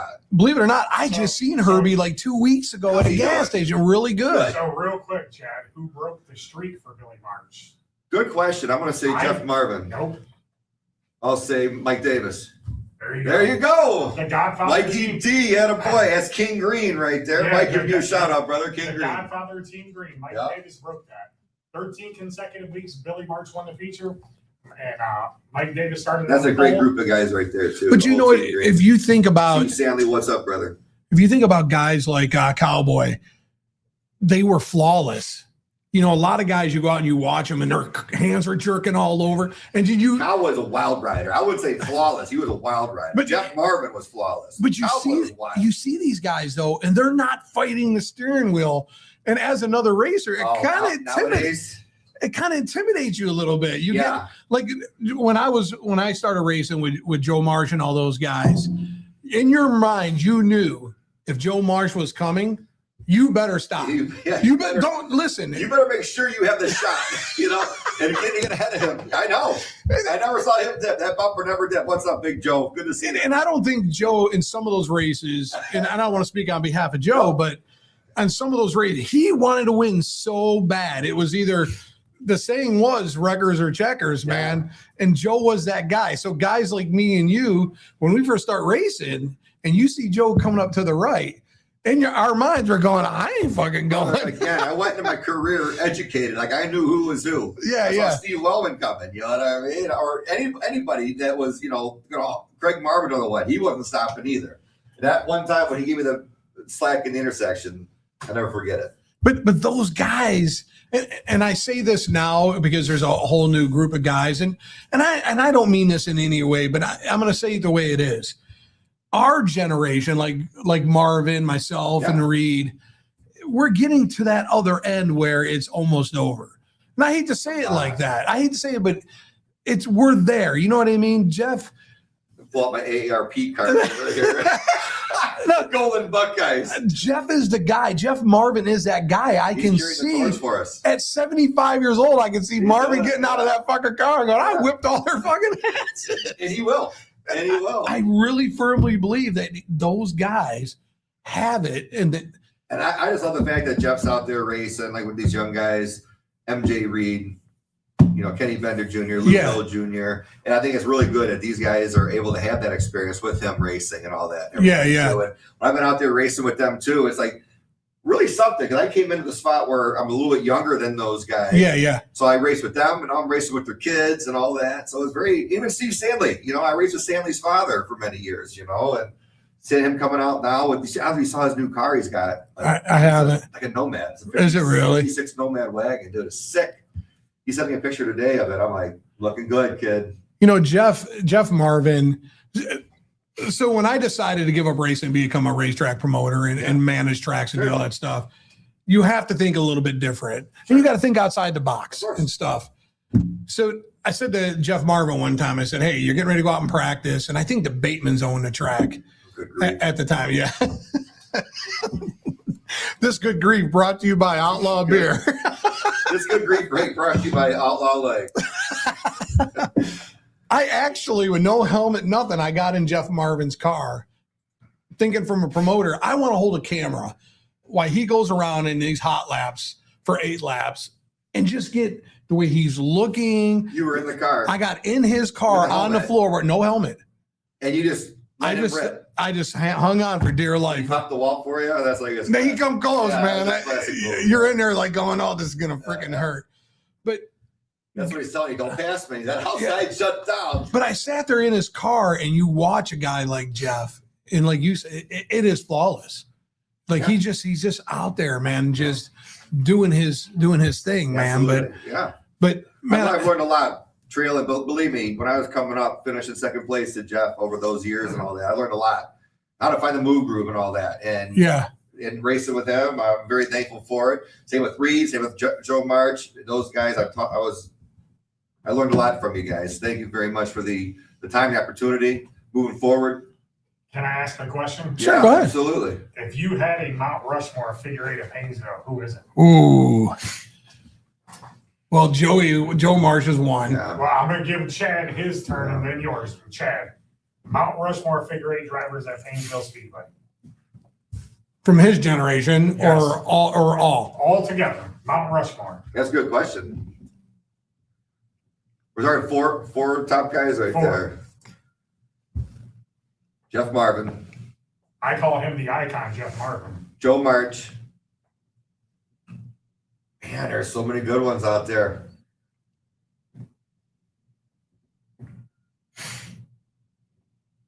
Herb Reynolds has to be in that top conversation. I mean, this is your top 4. So this is mine. This is mine. I've raced with. These are the guys that I've raced with. Okay, so this is your top 4. These are the guys that I've raced with. So Jeff Marvin, Joe March, Herb Reynolds, and I gotta tell you, Mike Reed. Those 4 right there would be the Rushmore. Those guys, I've raced with all 4 of them, and those are the ones you earn it. When you pass them, I earned this. Greg Breckman says Gordon, Pushka, March, and Marvin. So I was gonna. So this was what mine's gonna be. George Puskas. Craig, real quick. These are the guys that I raced against. These are the guys that I know. Yeah, I'd have to say from my generation is George Puskas, definitely Joey Marsh. I'd have to say I'm gonna have to add one. So I'm gonna say Gordon Allen, Kyle Madsen. Oh yeah. Man, who's my 5th? Is that cold? Yeah. What? No more Outlaw Beer? What kind of brought operation are we running here, Wallencheck? Only brought 2. What kind of operation are we running here? And honestly, I'd have to say my 5th. Honestly, It's 4 on the Mount Rushmore. There's 4. all right. But So I'll do. you So that I have a 5th. So this is your show. on there. I'd like to let me stick with my 4, but let's hear what everybody else has to say. Yeah, If they had to build the top 4 figure 8 drivers from Painesville Speedway on their own Mount Rushmore, who would it be? But Kyle Manson was like my childhood hero. No kidding. He and Augie Landsman are like my favorites. I actually had a button of Kyle Manson I wore on my jeans. Did you really? When I come out there as a kid, he autographed it in his later years. So Lyle Manson, Kyle Manson Jr., Bubba, I love you guys. Love your old man. You guys know that. And he actually bought my car and raced old school with it and painted the likeness of his dad with the flying The fin. 701. Augie Landsman was a great driver. But there's like showmen to listen. Figure 8 is not always about winning. It's also about the show. thank Augie you. Landsman really put the show on. Cowboy, Ron Zahersky, Yeah, really yeah. put the show on. Talking to Cowboy, he's like, oh, I never won a championship. I go, Cowboy, you don't need to have won a championship to have made your mark over there. You have been made, everybody knows. It's so true, dude. He left a legacy. It's so true. That's all I could hope for when I decided to finally hang it up. You know what I mean? That the legacy I leave behind, like, hey, that Chad was all right, So when you were racing, let's say your first race, but do you remember your first win in figure eight? I do. I actually sent the picture to Let's see, Laura. why don't we throw a picture up? He can tell Which us. one? It was the red I only put Malibu 10 with the white 47 on it. I had a bunch of guys around the car, but that was in 1998. So as he, This one that's up here right now. so let's talk about this car. Let's see what I You don't got. have a Oh yeah, he don't have a screen. This one that's right here. It No, says- that's my wagon. Okay. Keep going. So that first race that you won. Okay, now look Oh my around. God, don't forget But look around and go, holy shit! I just beat all these guys Yeah, that I used to look yeah. up to. Yeah. Do you think that at all? Like, do you look around and go, Yes. holy I do. shit, I do. man? I 100% do. When it happened, it was just, rotten luck that I made the move when I made the move. And I had Eddie Gedge, Scott Harris, McFadden, Cowboy. They were all chomping on me, dude. They all could have done it, and I was able to hold the line and got, That's another guy I forgot about. Jamie McFadden was really good in figure eight too. I think it's this one right here. Was it red and black? Yeah, it wasn't. Let's see. Yeah. That's the car. Yeah, that's the same car I racked up. Unfortunately, that's when I hit Bob in the intersection. It was that. Old Walker's wagon back there. Bob Ramey said Gordon, Joe Marsh, Marvin, Yeah, it was that car. That was your goal. Chad, Reed, and Corson. Bob Ramey threw me in that mix. Yeah, he sure did. Boy, thanks, Bobby. Hey, A this little bit higher. brought to you by Bob Ramey and Outlaw Light. Does he have that picture in there? Yeah, I'm trying. I don't see the picture in here. Which one is it, Chad? She said it was this one. Chad. That's That's the car. one. That's the one. yeah. So That if I one can was just not- kind Yeah, that one of wasn't. show it to the camera. I don't know if we could show that. Can you see that on the camera? Haley Bates That was my said, championship year with Corson. That was the first championship right can you there. see it? Haley Bates said, we love you, Chad. Thanks, Haley. I love you too, kid. Can't wait to see you guys. There. My love to Donna and Cody too. Jeff Marvin said, Randy H has that video, Jerry. Oh, man, that video's still around Which one? where I was in his car sitting in Jeff. I'm telling you, dude. Oh, Wild Rider. So listen, as a promoter, you got to do crazy shit. So my thing was to get in a car and then put it up Yeah. as a video for people to watch this Yeah, crazy I get it, video, man. but when I got out, I kind of looked around. I'm like, what the hell are you doing? Got some contusion in the back of your head. Yeah, you're like, oh man. Bloody elbows. Like, So- dang it. You're standing in there. We all have that moment. We all have that moment where we look around and we go, holy shit, Yeah. man. Yeah.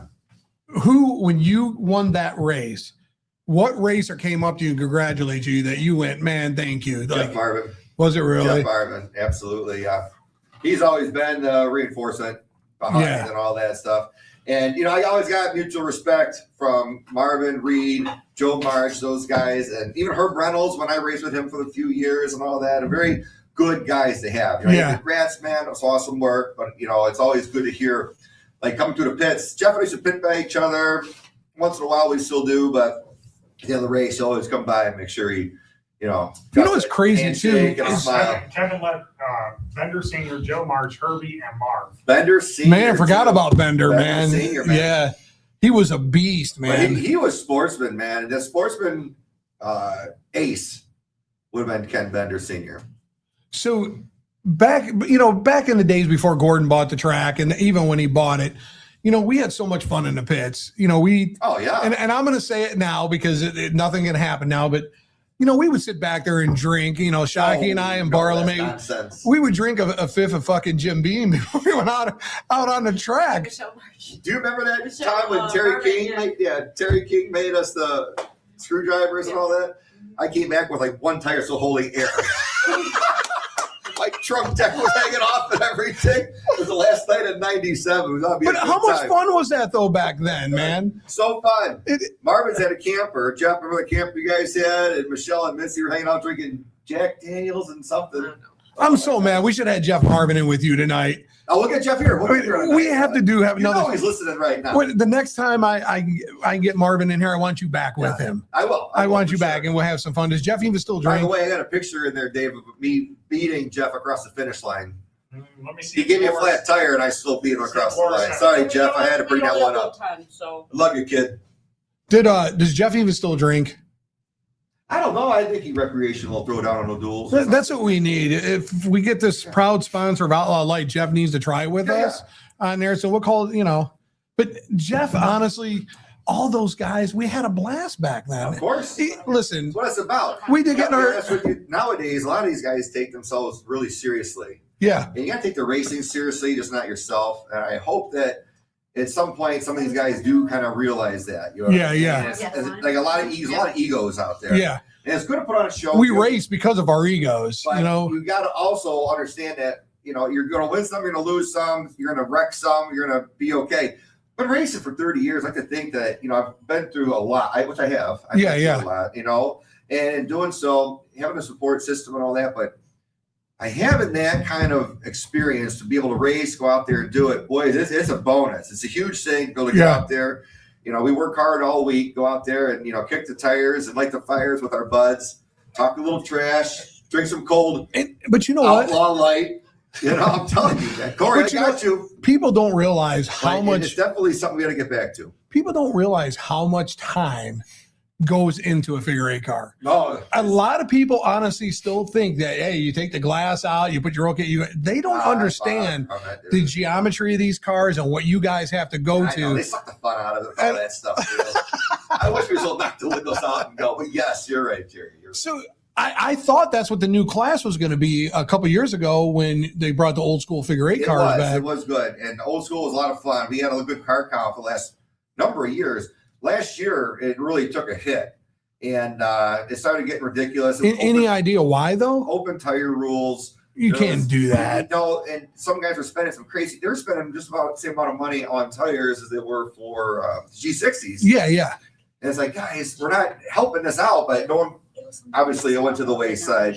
And then we had the cars that were there, but just couldn't get there all on the same day. So last year, it was like you could see the writing on the wall, which I don't blame Scuffco at all. I think what his plans are great by merging all the divisions, especially four-cylinder. There's so many damn four-cylinders. Yeah. Get them all together, compete. You know what I mean? Rock and roll. But he's keeping the figure eight cars separate though this year. Didn't he change it that he was if you had so many cars? So many cars in the old school figure eight, but if that happens, great. I really hope so. I hope it works out. But you're talking about merging them. There's also a rule added that if you can merge and be basically a field filler, if you want to come out, we had to put G60s on your Crown Vics or whatever, which is great. Thanks, Scott. I think that's cool. But I know the other guys in the class too, and I have field fillers. We're gonna go out there and we're gonna try to win. And let's talk about this with the figure eight cars. You being a paramedic and a fireman and saving lives and stuff. So for many years, we raced in figure eight. You didn't need a cage. You didn't need a roll cage in those cars. And we got hit in the door and you get knocked your bell rung and stuff. And I don't believe, unless someone can correct me, and someone probably will correct me, I don't believe anybody was ever taken to the hospital on a Saturday night figure eight by getting hit in the door or anything like that. No, you're right. And I think that has a lot to do with it also, like guys putting that much. So our guys, like you, me, and Reed and all those, if we wrecked the car, we knew what we had to do to get another car together. And we had friends that would help us and get a car and do it. And I think now guys don't think of it that way because there's so much in it. Like I looked at Bender's kid's car at Lorraine. He ran with us in the Grand National Division. Oh, yeah. Those cars are business. Like, holy shit, man. Yeah. I'm like, this is a Grand National. They're just calling it a figure eight car. Yeah. In Lou Hill. So that's always built good.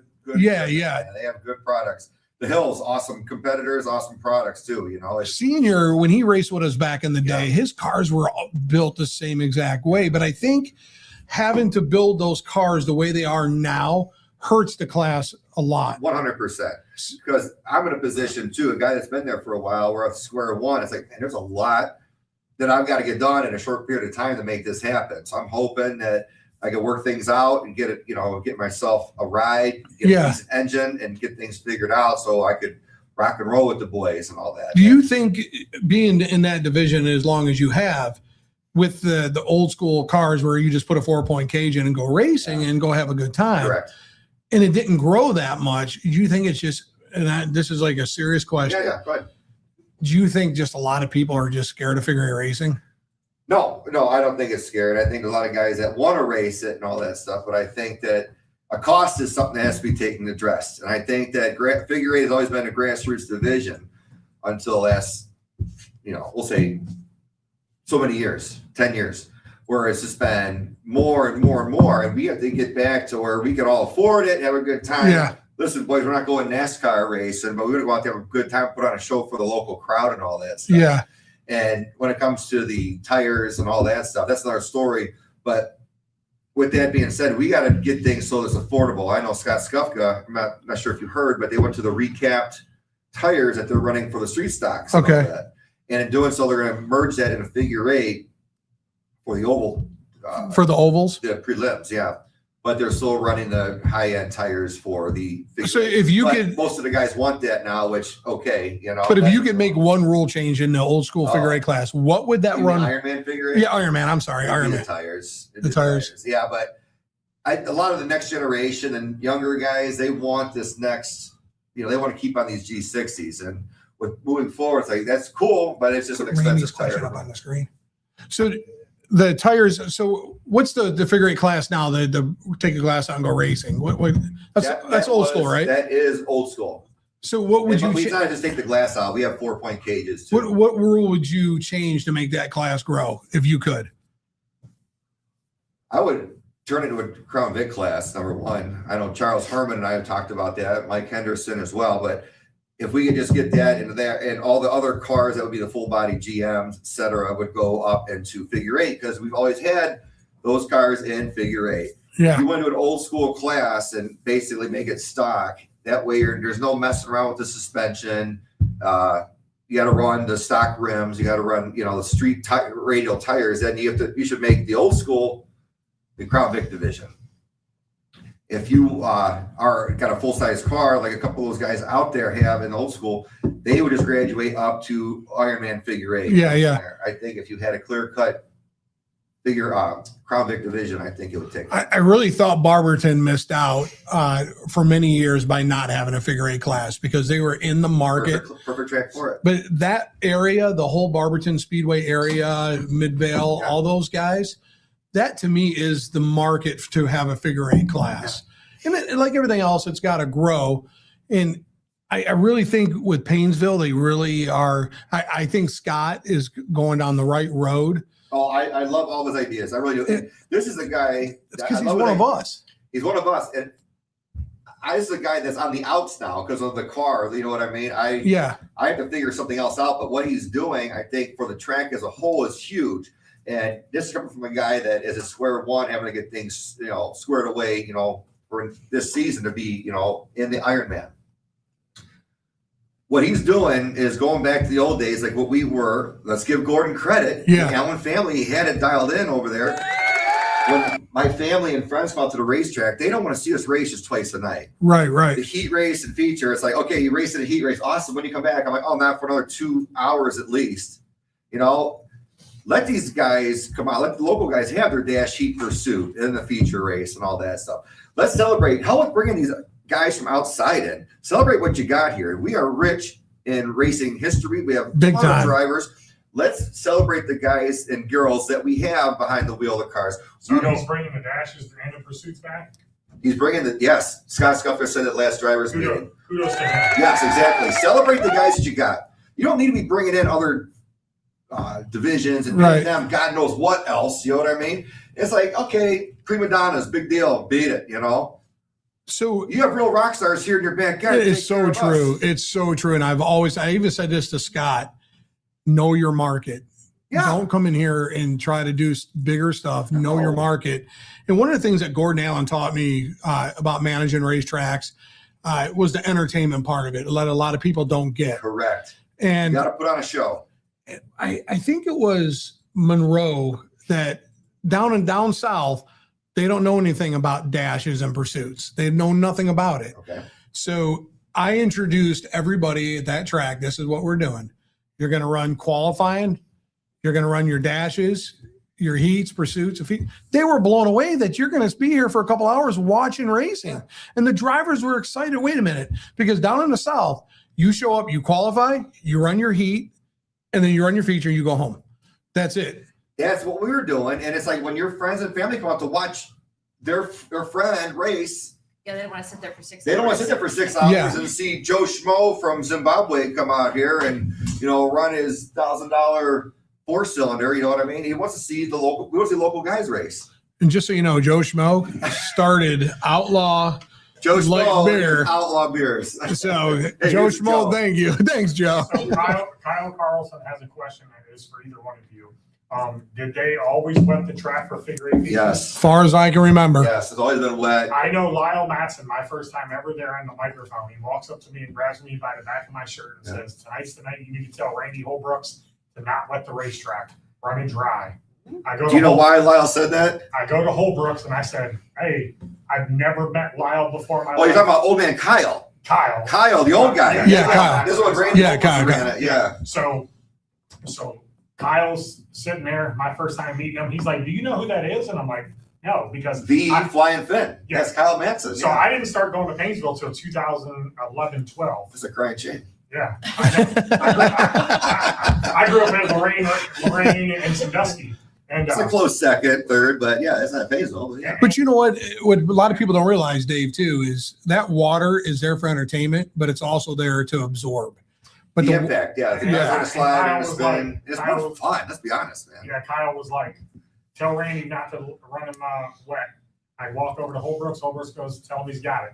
Yeah. And told the guy, I think you were running in that race. I'm sure it was. I'm effing the whole time too. Probably trying to replace the bushings the next week. I think Mike Reed won that feature. Yeah, when it comes down to it, those races are fun. It's great. You can time things out. Like when they had the Outlaw guys came to the Yeah. Speedway. That was fun racing with them. But that's hard on the cars too. It's hard on the suspension, hard on the transmission. When you're sliding around the figure eight, the wet track, that is Painesville Speedway. could you imagine racing that Painesville Speedway and figure eight back in the 60s and 70s when you had freaking huge ass I would have Impalas? loved it. I would have So, loved it. so Chuck Chapman says this. Chuck says, with all the asphalt race tracks closing, why not run Friday and Saturday? Cody says pursuits were always. Hold on, let's stop at Chuck real quick. Go ahead. A racetrack nowadays cannot survive running Friday and Saturdays. Right. They can't do it. We have work. We got to work. Everybody Yeah. has family things going on. Yeah. So back, if you think about it, Painesville struggled a lot when they run Friday nights. So Friday nights, people are running home from work. Mom's taking care of the kids, trying to get to the racetrack. And it's hard to get there on time. You got to cash your check. There's so much to do on a Friday night. Painesville did run on Friday nights for many years, but Saturday night for Painesville, that's where the place is going to survive. And you go to racetracks that run on Friday nights. It's really not as packed as you would think it would be. The only thing packed, I think Attica runs on Friday nights and it's No. packed. I was gonna sit in Chad's seat, just You know, fill a seat. Until Chad gets back, why don't you do your news? I don't even know if am I lined up okay on the camera? I don't know. Just don't touch anything. Laura, your name right now is going to be Chad Tekavic. I'm Chad. She's sitting in for Chad right now. And he's getting so many compliments, so that's awesome. I'm seeing such great feedback from what Chad's been saying. So pretty much all I was going to talk about on my segment here, the Princess Pit Stop, is pretty much local racing. So this week, Midvale Speedway just released their schedule. So if you haven't seen that, go ahead and check that out on their Facebook page. Seems like they have a pretty full schedule going on this summer. Painesville did make a post that their schedule is coming out soon, but they are opening April 25th. They said they have 20 weeks of racing going on from April 25th through mid-September, with July 4th being off. So The nice thing about Painesville doing that, and Chad, you can agree with me keep on your this. seat warm. That's good. Thank you. I You appreciate have that. to race every Saturday. Oh yeah. You cannot, and I'm not saying this no it's a more. commitment. I'm not saying it no more. This is it after today. If you give a driver or a fan something to do on a Saturday night, they're going to find something better to do than show up at your racetrack. And Gordon Allen has never said this. Mark Allen never said this. Go buy a boat, go fishing, take the weekend off, go doing it, because they knew. Gordon used to tell me all the time, Right. we're racing on Saturday. We're not giving these guys any opportunity to go do something else. That's why everybody said that was the downfall of Lorraine. I mean, Is- not to be mean or anything. That's why the fan count went down, because everybody would go there not knowing And if there was listen, racing going on or not, this because it is- was so sporadic. The Lorraine has nothing to do with the Maggios. This happened years ago Mhm. of running it. It was shut down for what, a half a year. 2006, it was shut down right during the points battle with Stacy Gherkin and Mike Lawson for a modified championship. Yeah. So, Wow. and, Remember that. and That- Nick that's bitter. Arukas That's bitter, and Bonema, they tried to revive it after it was shut down for a little bit. It takes 3 years to build a racetrack. Mhm.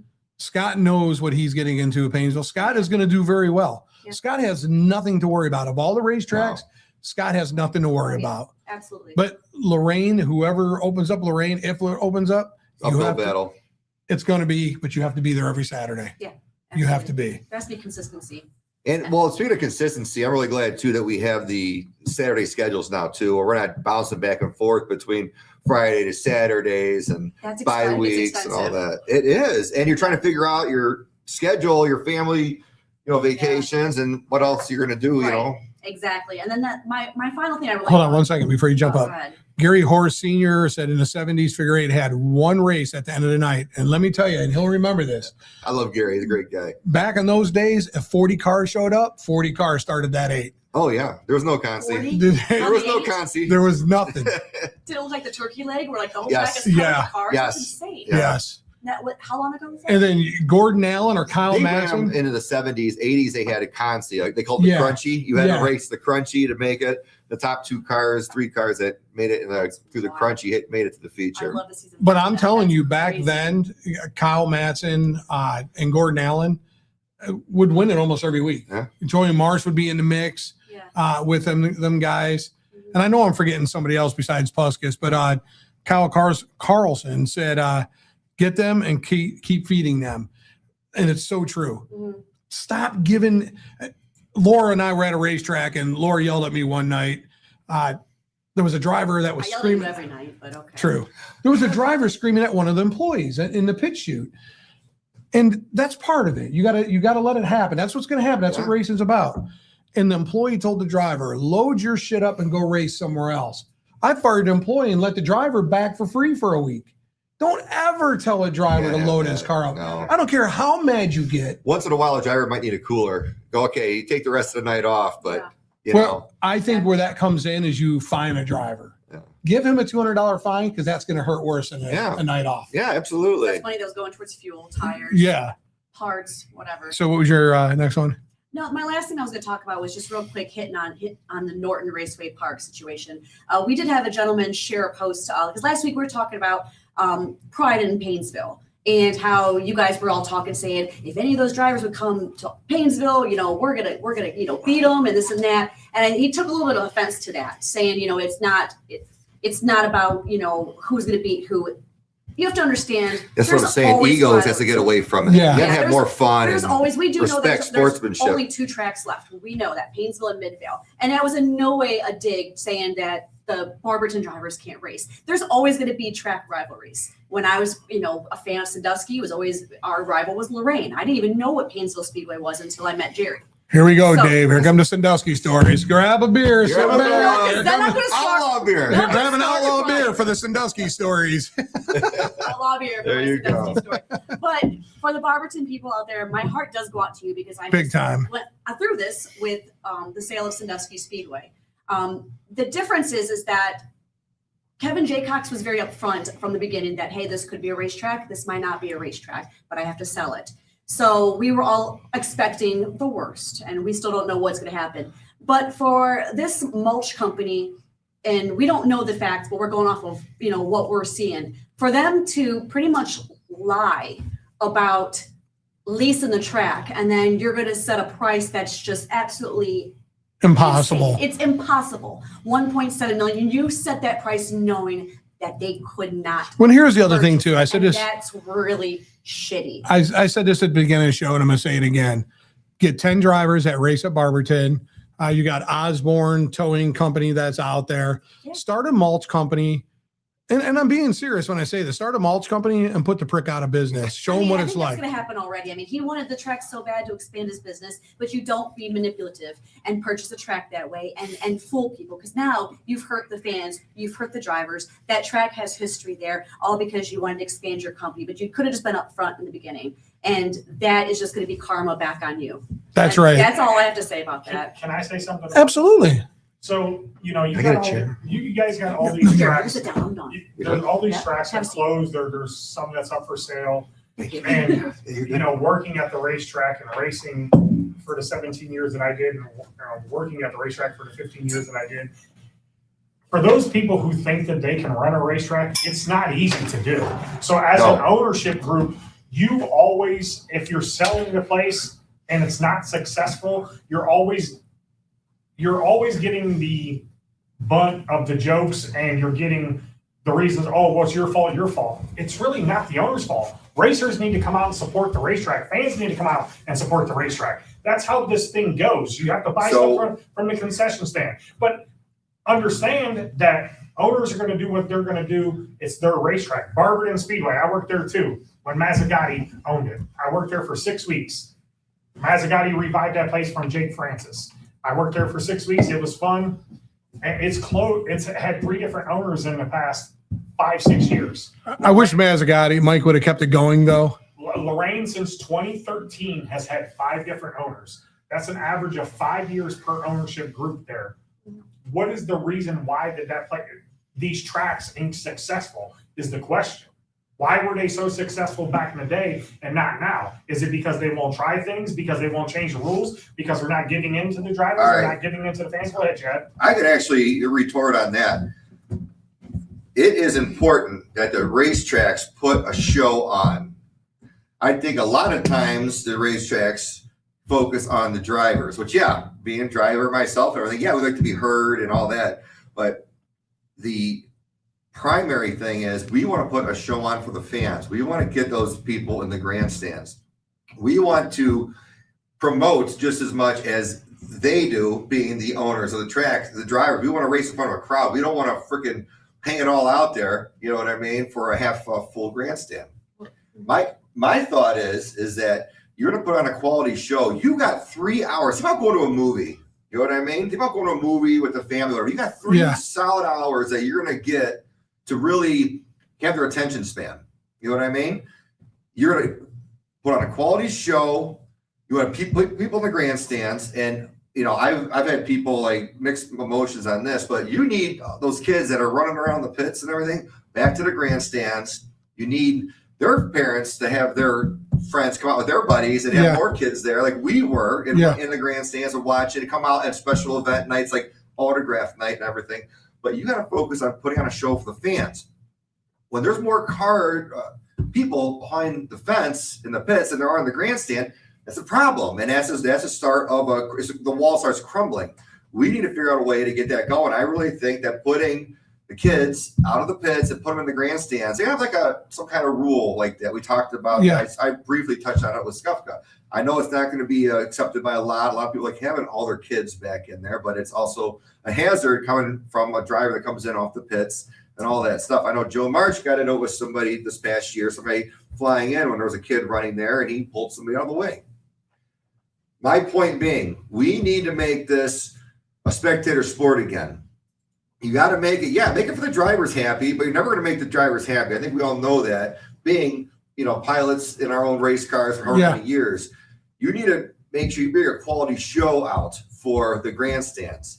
And with that being said, it's like you got to find a sweet balance in there and have the right promotion and know how to talk to people.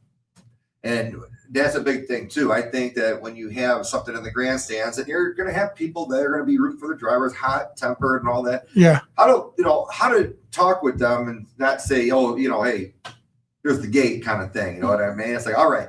But they reach a certain point. It's like, okay, you gotta go. We'll talk to you in a week or whatnot, or in 2 weeks, cool off. But at the same time, when you're at a racetrack, remember when we were out there starting, grandstands were packed out almost every night. Yeah. Even on a non-event night, there had to be a special event or something. You were like, you have to get there early to get the seat. Good to see. Exactly. So that's my opinion on it. I know times change and all that, but we are now one of 2 tracks, you said, right? One of 2 tracks here. People are going to be having this. They're racing. They're going to want to see local racing. And I know Skufka is going to put on a show. I just hope he's listening right now. And I say, we got to put on a show for the fans too. Take care of the drivers, but don't let it rule the roost. Make sure we're putting on a show for the fans as well. Make it quick. Make a quick intermission. No one wants a freaking hour-long intermission. I know that grinds Missy's gears more than anything. I know. So just so you're on the same page as me, in the promotion end of the business, we have a philosophy that you want to get fans in and out and drivers in 3.5 hours. Perfect. That's our mentality. That's the way we're taught. 3.5 hours, great. I love it. You want in, you want out. But I'm a little bit different when I manage a racetrack. My intermissions are 15 minutes. I don't care what's going on 50 minutes Unless is you're great. in a parking lot drag. unless parking lot drags are in there. Is And that is entertainment. Yep. Great. So People love those. Oh yeah. what But not what every week. No. what a lot of fans left from was not seeing their drivers Correct. be themselves. So in a perfect example, it would be, and I'm just going to use you for the example. Years ago, Chad could go out there and bump and bang into a guy and start screaming and yell at him at the end of the race and do that stuff. And on the track, if you guys got in a wreck, you guys will get in each other's faces, yell at each other. That's what fans, you guys don't want to wreck. We Fans, prefer not to. but Go ahead and what, put a basket but what aside. does the fans want to see? Why do fans come to the track? And I did a See the survey wrecks. years To see ago. the wrecks. Wrecks Yeah. and fights. Out of 10 people, 8 want to see a wreck. But The figure 8 promotes a really good. that's exciting what I race, would say. But at the some end of the good day, air, some is a very good shoe though. at the end of the day, the racetracks have to let the drivers be themselves Oh yeah. in the open and let the fans be a part of that experience. If Yes. something happens on the track, let them argue, get in the middle of them, but let them argue. Yeah. If- I remember multiple times when I would see, Herb Reynolds get on the roof of his car and, do something in the middle of figure 8 where they're trying to get him out and everything. Cowboy doing things too. It was Steve Stanley Sr. I was just great memories that I have. Let them be the show. Don't let it get out of hand, but let them have some fun with it, and If you without retribution of getting tossed out or whatnot. so back then, and I think this is missing in a little bit.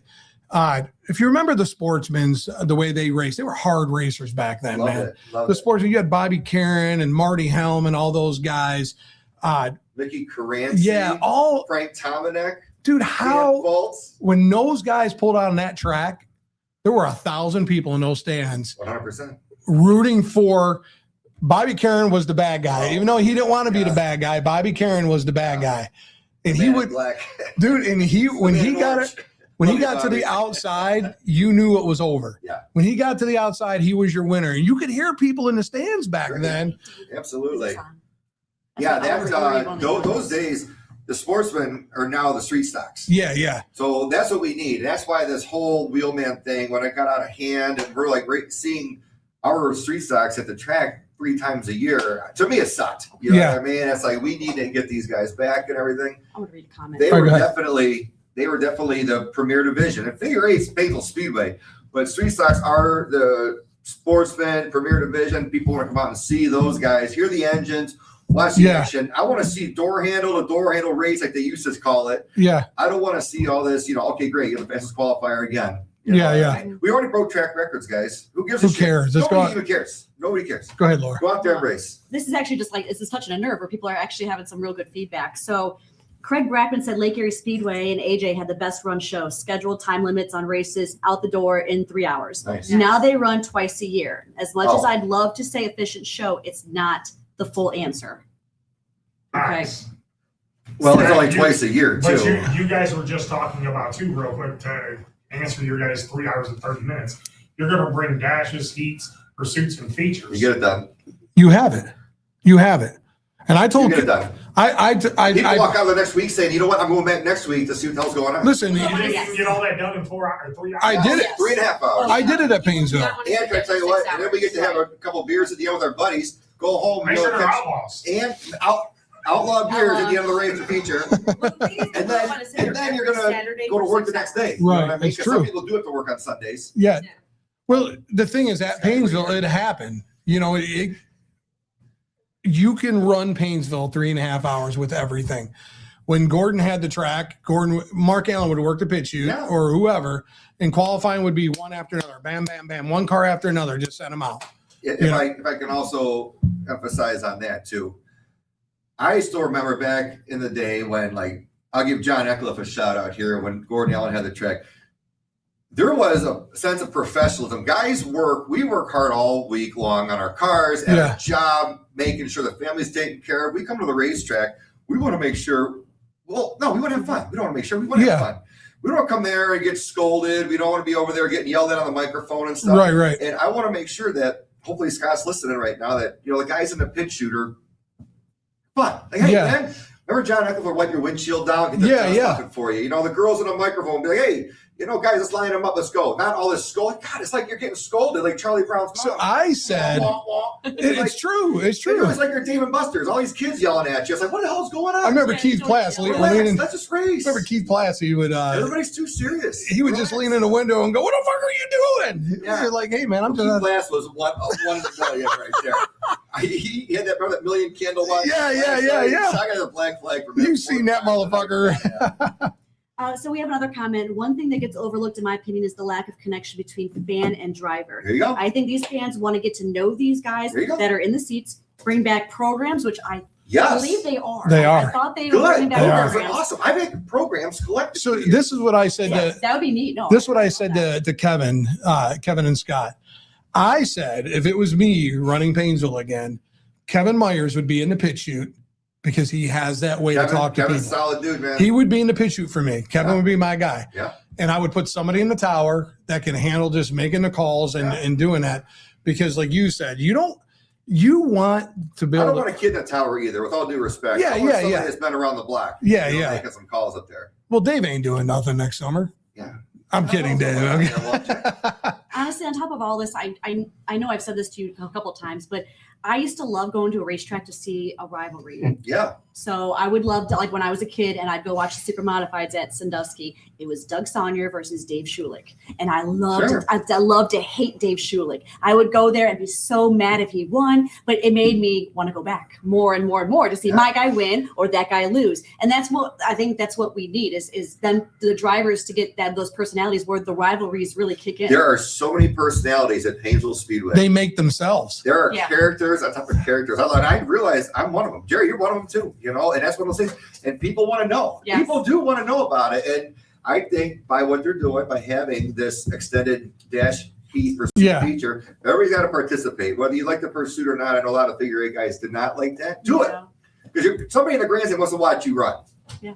You got to get out there and do it. And like we're doing the save the track thing now. Yeah. It's a big push with Skufka, which I love, and I'm going to do everything that I possibly can to get it. You know what I mean? Mhm. I think that needs to be a paramount thing where we are involved Mhm. and we do get our stuff up from it. And again, I don't like having these travel guys out there. Number one, taking our time. Number one, taking our money. Yeah. Taking our fans' times. Yeah. You know what I mean? I want our guys to get that recognition, especially because we're not struggling for drivers where we're at. We're not So- struggling, especially now with Yeah. these two racetracks. We need to get this built back up. And Think of it as like a reality show, but not Exactly. drama. A Like, reality Exactly. show over there. Like, Survivor. people- But- people Figure eight people Survivor. want to see people that they Echo, know echo, and they echo. watch and they see every week. Like, But but to me, so over the last couple of weeks, I've been talking to a racetrack to go work for him, and I'm not going to probably take the job.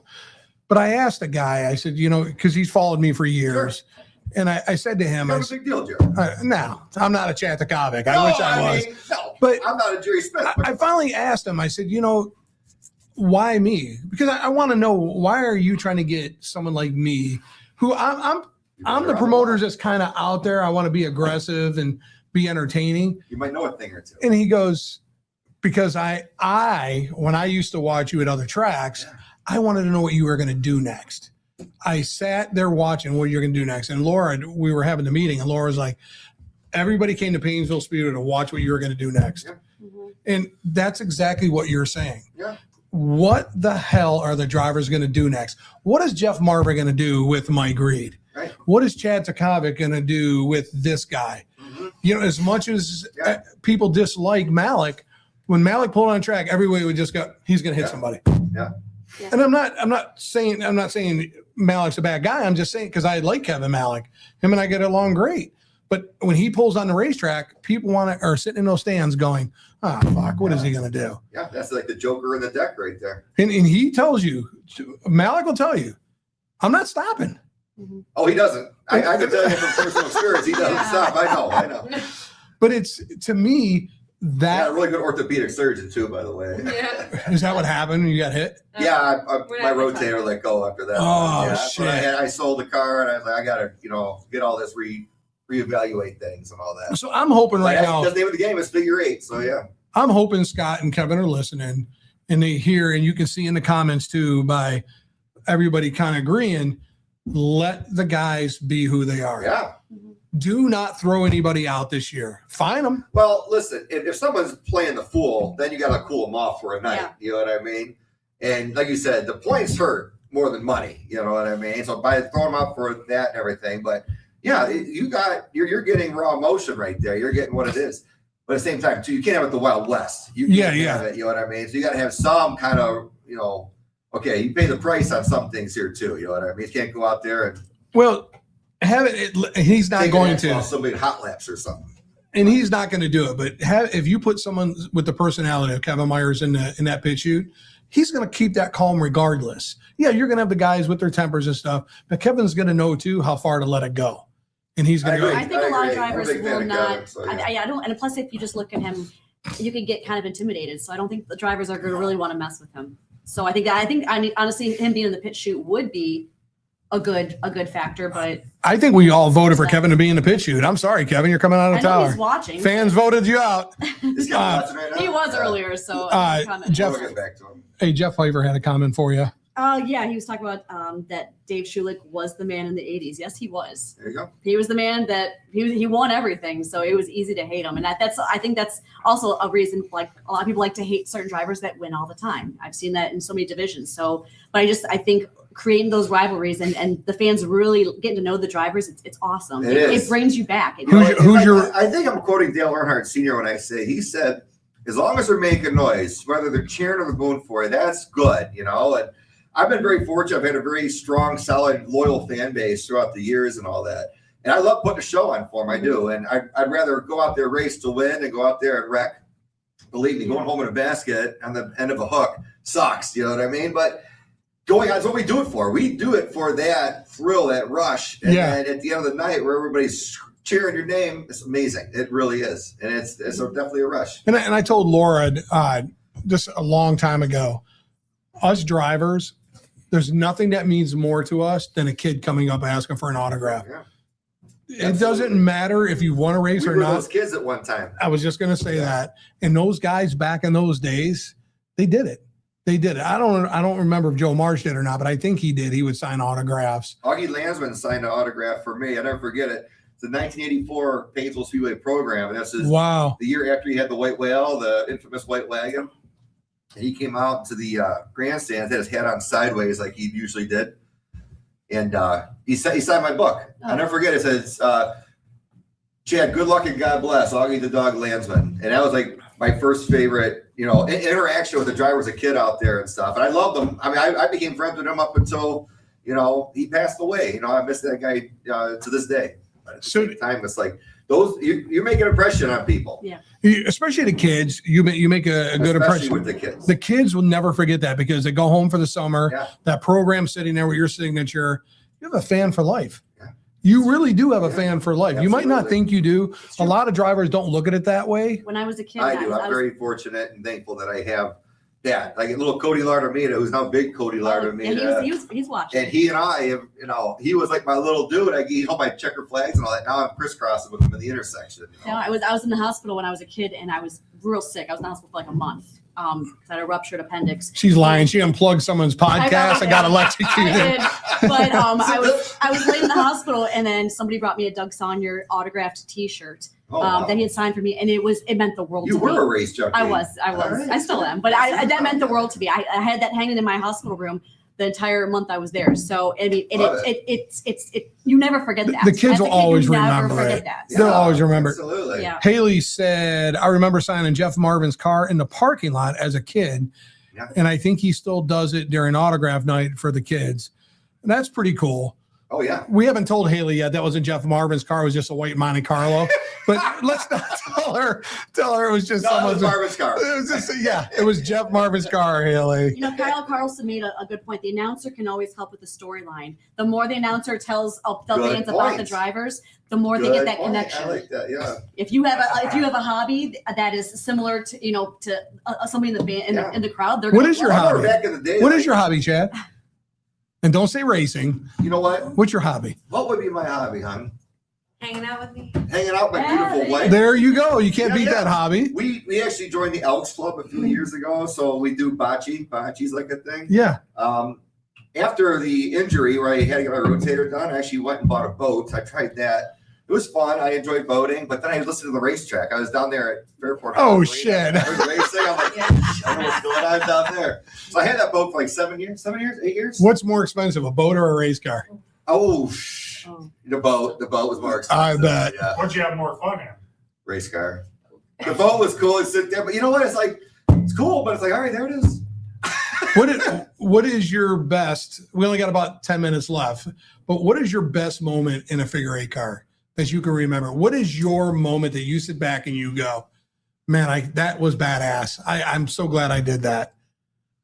It You know, can there's be a lot of them, but the one that really comes to mind would be the time when it was probably 2014. Me and Reed and Billy March were duking it out at the end of the race. And I had the pepper shaker back then. This is the second time I skinned the black wagon. So this was like, it looked like the hearse and everything. End of the feature, we're lapping cars and all that stuff. And it was coming down to it. And you see the flagman walking out. And we had come to turn 3. I bobbled high. Billy got underneath me, hooked my left rear wheel, flattened it out, but we kept going. I was towing it. We were tugging, but Reed was right there nipping on us. yeah. So we got to the turn 4. You know how tight it turns in? Like it Yeah. funnels into the corner. Billy, we broke loose. I spun 180 to the finish line, and Reed was coming up. I finished backwards, Wow. like literally a bumper to Reed. And then after the race was over, Billy came up. She goes, "You win!" And we're like, "Yeah, high five and all that." Holy shit. That one stands out. You could ask TJ Shinky. I know he or his father still have a video of that. They sent it to me. So, Shinky, if you're listening, please repost that. Yeah, that'd be great. It'd be Get it really over to cool us so we can watch. post it. They reposted a number of times Yeah. over the years and all that, but that one really stands out. So tell me the one that stings the worst. The one that stings the worst. Yeah. The boat. The one that stings the worst is brought to you by Outlaw Light. You know what? There's a lot of good times, upsides and downsides. I always live by the adage, so as you get the bear, so as the bear gets you. Yeah. So I can't say like there's one bad time that really stands out or whatever. You know what I mean? I've just been very blessed to have a good group of guys that we hang out, have a good time. Charlie Brown, you and the guys out there. Instead of talking about the bad ones, the one thing I do want to mention is the time that we had a points run. This was in 2011. I had the wagon again. This was Rescue 47. Do you like the wagon? Do you I like loved it. I loved it. The same car you got, that little Malibu, just with the body on it. I Wow. got the car from Davey Lawson. We hung a Malibu wagon body on it. And Tom Dugan, he passed away. God bless. He hung that thing on there with me. Wow. It was awesome.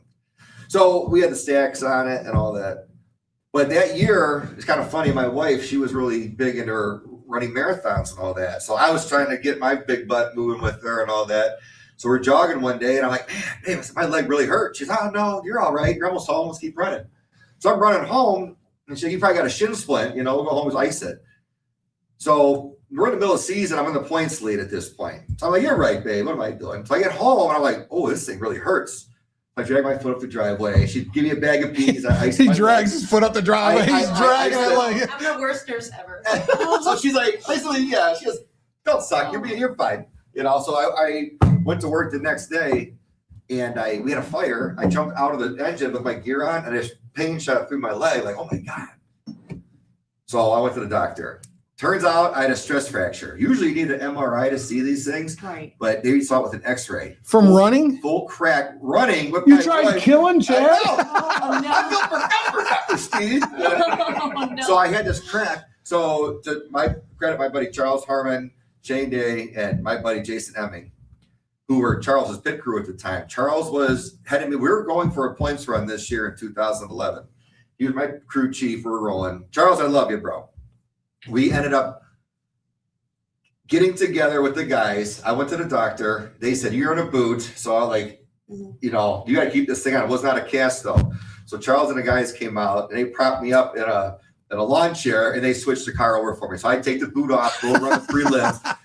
You put the boot back on, they would switch the car for the figure 8, go back out there, and then I won the championship that year. Wow. Well, that was 2011, and that one really sticks out. It was a great time, great memories of the boys. That's when the rodeo was in full effect at the Speedway and everything. What is And we were what is going this well. comment Kevin said about 2000 championship party? Kevin, what do you mean? 2000 championship party? Is there a back? We need to hear the Was backstory that on the this one. garage setting? Was that at Gibbs? Well, Kevin Myers, yeah, we had a lot of fun back in the day, and Kevin wasn't always that teddy bear you see today and all that. We had a lot of fun. Kevin actually, he crewed for Corsa. Just for the record, I've never seen Kevin as a teddy bear. Oh, he's a big old teddy He's like, bear. man, don't give me that reputation. So Kevin always helped me out. If there was something wrong with the car or whatever, he would be my guy to help me, give me ideas on setup. I was a kid, man. I'm out there just going fast, turning left, and hoping anything turns right come figure 8 time. And Myers, he'd help me. If I tore the front of the car off, he'd help put it back on and stuff. Oh, nice. So, but his shop was right across from mine, and we share our share of Kevin's saying yes at the At party at Gibbs. Gibbs. Yes. the party at Gibbs. Yeah, we will not talk about the party at Gibbs. That's for another one, Kevin. The R-rated version. So Great Kevin, times, though, brother. I think Kevin, of all the guys that set up cars and work on cars, I think, man, Kevin is one of the best around One here, of the man. best, yeah. Like he's like one of those smart guys with numbers and shit. You know, we're over here measuring and going, it looks like it's 108 wheelbase. And Is that a smidge or a stone? Kevin's like, you're off 1.5 inches, bro. Yeah. So he's He's always been solid by me. I have nothing but love for that guy. what did Haley say? I can't. She said the year him and Joe won championship the same year. Yes, Question mark. That was in 2000. That was one for the books. That was a total party. And that was when we were like, there's no kids. It was just us having fun times and going out there bending fenders and drinking beer and raising hell. It was awesome. What did Rebecca say? She said the rodeos definitely was a blast. All the rodeos are top notch. Post race, you go out to the parking lot and all that. Everybody hung out. We're playing. Charles always had some country music jamming, and there was no shortage of beer. So we go out there. Have a good time. What made your crazy ass do demolition derbies? You know what? I've always just been infatuated with smashing cars. Have you? And when I realized that it costs a lot of money with race cars, I'm like, I don't want to do the race car. Yeah. And then Have you won a demo derby? I have. Have you really? I have. I won the Lake County Fair. Holy And then I shit. took second with the same car at Ashtabula as the old Cadillac Eldorado. I might have given you a picture of it over there. But yeah, it was a very cool time. Loved it. I started my very first demolition was at Painesville Speedway in 01. I know I sent that picture. My buddy She sent me 10 of them. She said, Yeah, we only upload 10. So Didn't what we'll do is after the show, we'll upload some of the photos onto our. didn't that only pay like $250? Didn't Gordon only my pay? buddy at the car wash gave it to me. Remember Chris Liggett? Chris, what's up, bub? I know I love you. You know I love you. And Tyler, I know you're watching too. And Cole, you as well. They gave me their car, the family car. Said, yeah, we're done with this. They were getting something else. And it was like some Delta 88. Went out Holy there, shit. painted it, it was actually right after 9/11, so painted all red, white, and Yeah. blue, and cool. Kevin Myers painted the car actually. Went out there and just kicked ass. And there were 66 cars in that demolition derby, if I remember. Wow. 66 cars going the whole infield. Holy shit. Yeah. Well, back then, when Gordon did demos, he ran them all together, didn't he? He didn't No, matter. there was no fluff. Yeah, he put them all out there, man. Yeah, it was awesome. So with the demolition derbies, man, did you hit where you wanted to be with demos? Or are you tired of them now? Or No, after, you know what, I wanted to win the Lake County Fair. And when I found this car, Jason Fuller helped me out with it and all that. And since my buddy Adam Pilarchuk, my cousin Brad Ziccarelli, and we got together, cracked a few beers, a lot of beers, and we built this 1980 Cadillac Eldorado, and this thing was awesome. And, damn. took Lake County and second at Ashtabula. Let me have you come over here a second. There you go, miss. Come on, get in. Come over a second. Give her your mic for a second. Yes. Show her where to stand at. Here, just stand right. Then Laura, you can come over here. Yeah. Let's get your wonderful wife over Yeah, here. Hold it, just have to hold absolutely. this There really she is. close. Come on There in, you go. babe. Okay, just stand right about there. We'll adjust the camera. Yeah, everything else will adjust. How's she So- look, babe? Good? She looks good. All right. She looks dynamite. So when you guys got together and everything and not realizing he was going to be a race car driver, Okay. when he decided to go figure eight racing, what was the first thing you thought about? Well, when I met him, he was already doing it. Okay. Come close to do. There you go. When I met him, he was already doing it. So it was like a hobby. She thought Hobby. She thought it was a phase. See? Hobby. I What is it with know. women calling racing hobbies? I She didn't meant know it was a lifestyle. So did you ever get to see, was that your first time at a racetrack or were you going as a kid? No, that was my first time when I first met him. So how did he explain to you he races figure eight? He kind of just like, I did this thing, I race, and and I was like, okay, well, come watch. And I watched, I was like, yeah, it Did it do it any justice? So did he explain it? It gave her stressed me out. anxiety. She Totally said. stressed me out. I was like, yeah, I was panicked. And by the time then like we started dating, I was like at the pits, like climbing the fence, like I was that girl. Like So the first yeah, couple races, were you sitting back there going, this is nothing like he explained it? exactly. Yeah. He didn't explain to me. So how did you explain? How did you explain? Banks of Hazel International Yeah, I had no Speedway. idea. Yeah, but how did you explain to her, hey, what's going to happen? The cars are going to be coming this way and I'm going to be coming this way? I did my best. I did my due diligence, and then it was Yeah. over. She's like, "You tell me all that, you know." Like I've been to races before, Yeah. like dirt tracks and stuff like Yeah. that, but like I never saw the figure eight. Like, Yeah. I didn't know what that was about. So that was different. Yeah, for sure. So after the first race that you see him in, the first race, Mm-hmm. he gets out of the car. What are you thinking? Do you remember that first race, like looking at him going, what am I I was doing? like, I don't even know if I can do this. Yeah, but I was in the. Aw. love. I mean, Oh, she was me back then, Jared. I was something. No, else. but I think he was so excited. Lean and mean. But seeing how excited I was he so- I was, smelled was good, excited too. for him. yeah. She And I come was to the like, racetrack with okay, he loves Columbia. this. Yeah. So that's the one thing. Missy's been very He supportive of me loves it, throughout and I will everything. never tell him to stop. When he's ready, he'll be done. But So when he races circle track, are you bored and watching? oh yeah, I like when You like him in the because I figure know eight? that he loves it. Like, Yeah, I yeah. can tell, like he did circle track a little bit, and it was And great Lake to watch. Erie, I ran the Yeah. modifieds and When I was pregnant Yeah. and ran stuff, for fades and all but that. when he does the figure eight, he's totally like I could just see it in his Yeah. face, in his That's me, eyes. yeah. Like he just loves it. He loves that excitement. He loves the water. He loves The the, energy, crisscross. yeah. He loves everything about it. So as a wife, Mhm. even a girlfriend back then, but as a wife, when he got in an accident back then, how many races did it take you to go, I'm going to fucking kill somebody? Oh, Because it's never I got race some good one. video footage. I should bring it next time. I got some footage. You know, it's never the first or She's very second protective. race. She's protective. yeah, it was hard because at first I'm like, what? And I knew like when it was like racing, like rubbing is racing, Yeah. he would tell me that. But then I knew when it was like malicious, Yeah. you try not to get fired up and there's always drama. And then I think part of that is like you just learn to step back and let them take care of it. Yeah. You know what I mean? I don't want to. I think when our yelling son and was screaming. born, that's when. Yeah. I agree. So you're married to a guy that's won championships. He's very good at what he does. Let's just pretend for a minute Chad sucked at figure eight racing. Would you have stuck around?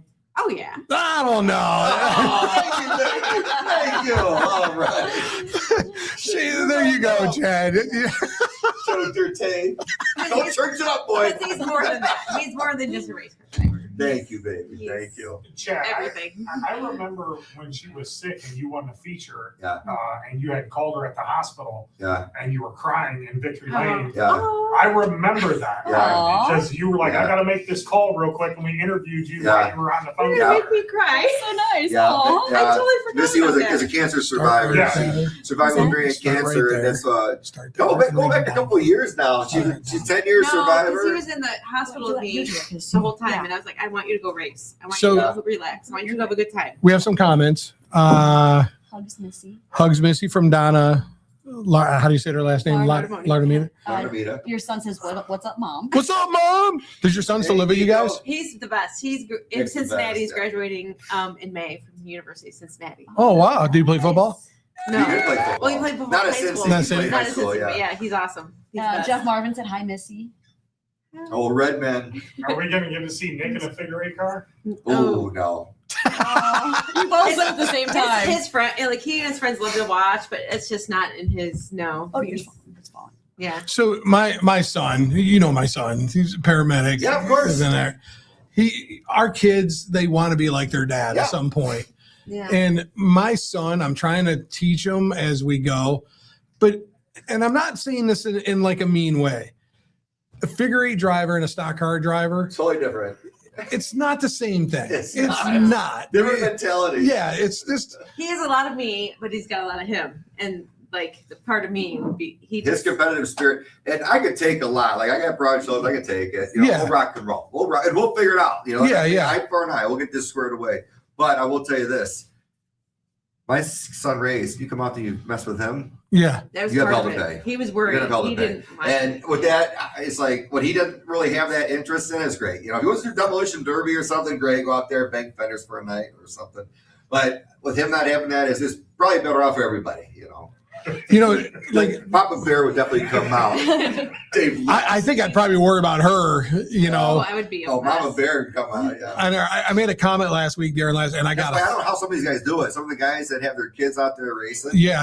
Lou, Mike, Kenny, all those guys. Yeah. It's like, wow, it takes a lot, Dominic Cicconetti, you know what I mean? Those guys have their kids out there. And Dominic took that big lick last week, Oh. Yeah. last Yeah. fall at Sandusky. Sandusky, that was bad. That was rough, man. Yeah, Bad. I have a hard time seeing that was not intentional, but whatever. Yeah, He was yeah. there. But that's my Yeah. kid. You'd be getting out of Sandusky jail. So last week I made a comment, and I wasn't trying to be derogatory. I was just trying to make a statement from the way it was back then to the way it is now. Sure. Back then, women didn't go into pits that much because the guys, first of all, the husbands didn't want them back there because it got rough back there. You know that, and I know that. Yeah. We have tough wives now, so they can be back there. I had a tire iron in my car. But Jerry. my thing now is I made the comment, and both of you guys can comment. I said, man, you come in off the track, and it's usually your wife or girlfriend starting to fight with the guy you just. I don't like that. Yeah, they're like, We're fine. you're like, I talked to him on the track. We're cool. What are you doing over there? on him? So I gotta tell you a quick I'd be like, story. what they say when they pulled up to you? What A quick happened? story is that we used to videotape all the time, like Yeah. back in the early 2000s. The camcorder was everywhere. You don't have to say about who. I'm not gonna say who, but I got it with somebody on the racetrack, and it was good. It was something good in the middle of figure eight feature. Yeah. And I heard somebody in the background, get that MFer, and I'm like, Oh no. who the hell was that? And Yeah. rewind it. And it was good. I'm like, play it again. I'm like, play it again. It was Missy. It was yelling, Missy out there. Oh, my Lord. She was like younger, and I was like, well, Oh my God. Missy, what happened to you? I know. A transition. Where did you grow up at? I Whenever we grew up watch in that Diesel. clip, it Diesel always Did you? City, Okay. Yeah. pretty Went good. to So- Harvey, did all that. Yeah. So, Lindsay, it was meant to be. Yeah. Meant to be. It's meant to be. So You got to. like, there needs to be like some sort of signal you give us, like when you get It doesn't together. matter, you're never when gonna you listen. Get together, when you get together with somebody, we need to have a signal that it was your fault. So then we don't go Yeah. ape shit crazy into the pits and Just- start wailing on us. Yeah, give us Right. give us How a about- sign that it was your Muskrat, fault. muskrat. Yeah. But how about just wait till we get back there? No, and if we're not, No, if there's no waiting Oh, sometimes. we've always been in that I don't know. situation. I come back and my pit's brawl, and I'm like, dude, Yeah. No, actually, the first couple of years, I sat in the stands. did you really? Yeah, I sat in Oh. the stands the first couple of years, and then I'm like this, thank you. no, and then like after like the second year, I was like, okay, I'll go. Like I used to come with my friends, we'd sit in the stands, I'd go out there. And you and then- Michelle would hang out. Yeah, and then I started going to the pits because I, when it was all day thing, I wanted to hang out with them. Yeah, And yeah. we- Missy would cook. So you ate barbecue grill and all that. But yeah, in the beginning, I did sit in the stands a little bit. We have just to some kind of- females on our page that are agreeing with us. Haley said she's guilty, Jerry. Guilty. Haley's She definitely. said Kyle hates me in Love the Haley. pits. And then Mylene says, I never did that. Mylene, you lie Mylene, like a come rug. on, you lie like a dog. Have you ever had to urge the race? No, when did I Randy Holbrooks. in Lorraine, Yeah, at the Lorraine, cavalcade. the Yeah. well, cavalcades were different back But then. I got in the car and just drove around the track. It was I raining. It messed was up rain times, laps yeah. and stuff. And Yeah. Randy Holbrooks figure eight Yeah. out there. But no, I've never ever had the urge. No. So, if Chad said to you, "Hey, I'm putting a passenger seat in his car. Do you want to run the figure eight with me?" Oh. Would you do it all 15 laps? Dude, she beats me up when I'm driving down the road. Why the hell so goddamn? I would. If I told you once, I told you twice. I don't know. Like it'd be fun. That'd be awesome. I don't know. I can't say no, but yeah. I did put like bubble wrap on my right side already. That's what's going to happen. Stop it! You're too close. Stop! Yeah. You're too close. What are you doing? What are you Yeah. doing? I'd be like, oh, That would be fun though. I mean, if you watch some of those demolition derby videos, they have like passengers in it and stuff. But figure eight's a whole different beast. Figure eight's a little more. Back in 03, when I was the president of Mansfield, we brought the ASA series. In ASA, Steve, whatever his last name is, Steve allowed me to take Laura out in an ASA car with 2 seats. Sweet. Full-blown ASA I car. love it. And I take her out there and we're flying around and I looked at her and I said, "Are you all right? You scared?" And she goes, "This don't scare me." I said, "Okay. All right." I got up against that wall, got into one and threw it around and spun it around. Oh, you spun it. I threw that thing in there so damn hard. I looked at her, she was like, okay. Just kidding. I'm just kidding. But I think it would be pretty cool if they let you guys, do that. The wives get an Have you ever done opportunity. the Richard Petty experience? I've never done it. Missy got me that. What was about That was a number of years ago, but we raced at Las Vegas Motor Speedway, and what a time that was. A very cool experience. It was pretty expensive back then. I couldn't remember what it is now, but to go out there and do that, it was fantastic. 16 laps I had, right? What's his name? Jeffrey Earnhardt does it now. Okay. Yes. And it's reasonable, but listen, we're racers. I want my foot to the We got floor. yelled at. I was going to say, They were like, the last lap and a half, Yeah, they, they yelled at. they kicked down 150. I'm like, what's going on, man? Oh, I was waving you off and I was tailgating them too close. Didn't you get yelled at once? I got about yelled it? at, yeah, but it wasn't an experience. I was But off by it, Jerry. I'm not going to lie. But listen, the thing is, Andy Hillenberg, because I did that experience, but it wasn't like the NASCAR experience. And we're at Charlotte, and he goes, "If you pass me or come next to me, you're done." But he was only going like 100 miles an hour. Let's go. I'm like, I'm a racer. I told you before we got out of here, I'm not wasting this kind of money Yeah. just to drive around. No. I'm not doing that. No, we're not parading around. So I got up next to him and he stopped. That was it. I was done. They kicked me out of the car because we're racers. What does our right foot do? It drops. It drops. But Chad, man, I really appreciate it. We had a great time here tonight, Jerry. man. Great time, man. Now Thanks that for you're the having new me. spokesman for Outlaw Light, The spokesman I for think it's Outlaw good. Light. I like it. I'm a fan. I think you need to take that can home tonight. And every Outlaw time you Light. do something Tastes like tonight, victory. there you go. It's like victory. Tastes like victory. I love So, Chad, thank you very much, man. Hopefully, you get back on the track next week. Thank you. Hopefully, we can get Kevin Myers to Yeah. work the pit shoot instead. Did he sign off? Let's see. This guy says, "Nick, your parents are famous." That was a good. Just so you know, his parents have always been famous. Thank you. Thank you. The Oh, gift that is a was curse. Ron. That was Ron Fortwell. Ron, the gift is our curse.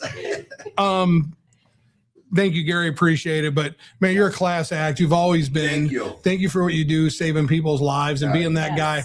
Because I'm telling you, if you and I walked outside right now and there was a burning car, one of us ain't running to that car. I'm going to be the guy to help you out to call Jerry, we call 911. that job security. Yes. I Call just, that job absolutely. security. It'd be all right. Paul Miller at Lorraine, I told Dave this. Paul Miller at Lorraine spun around, hit the wall with his late model.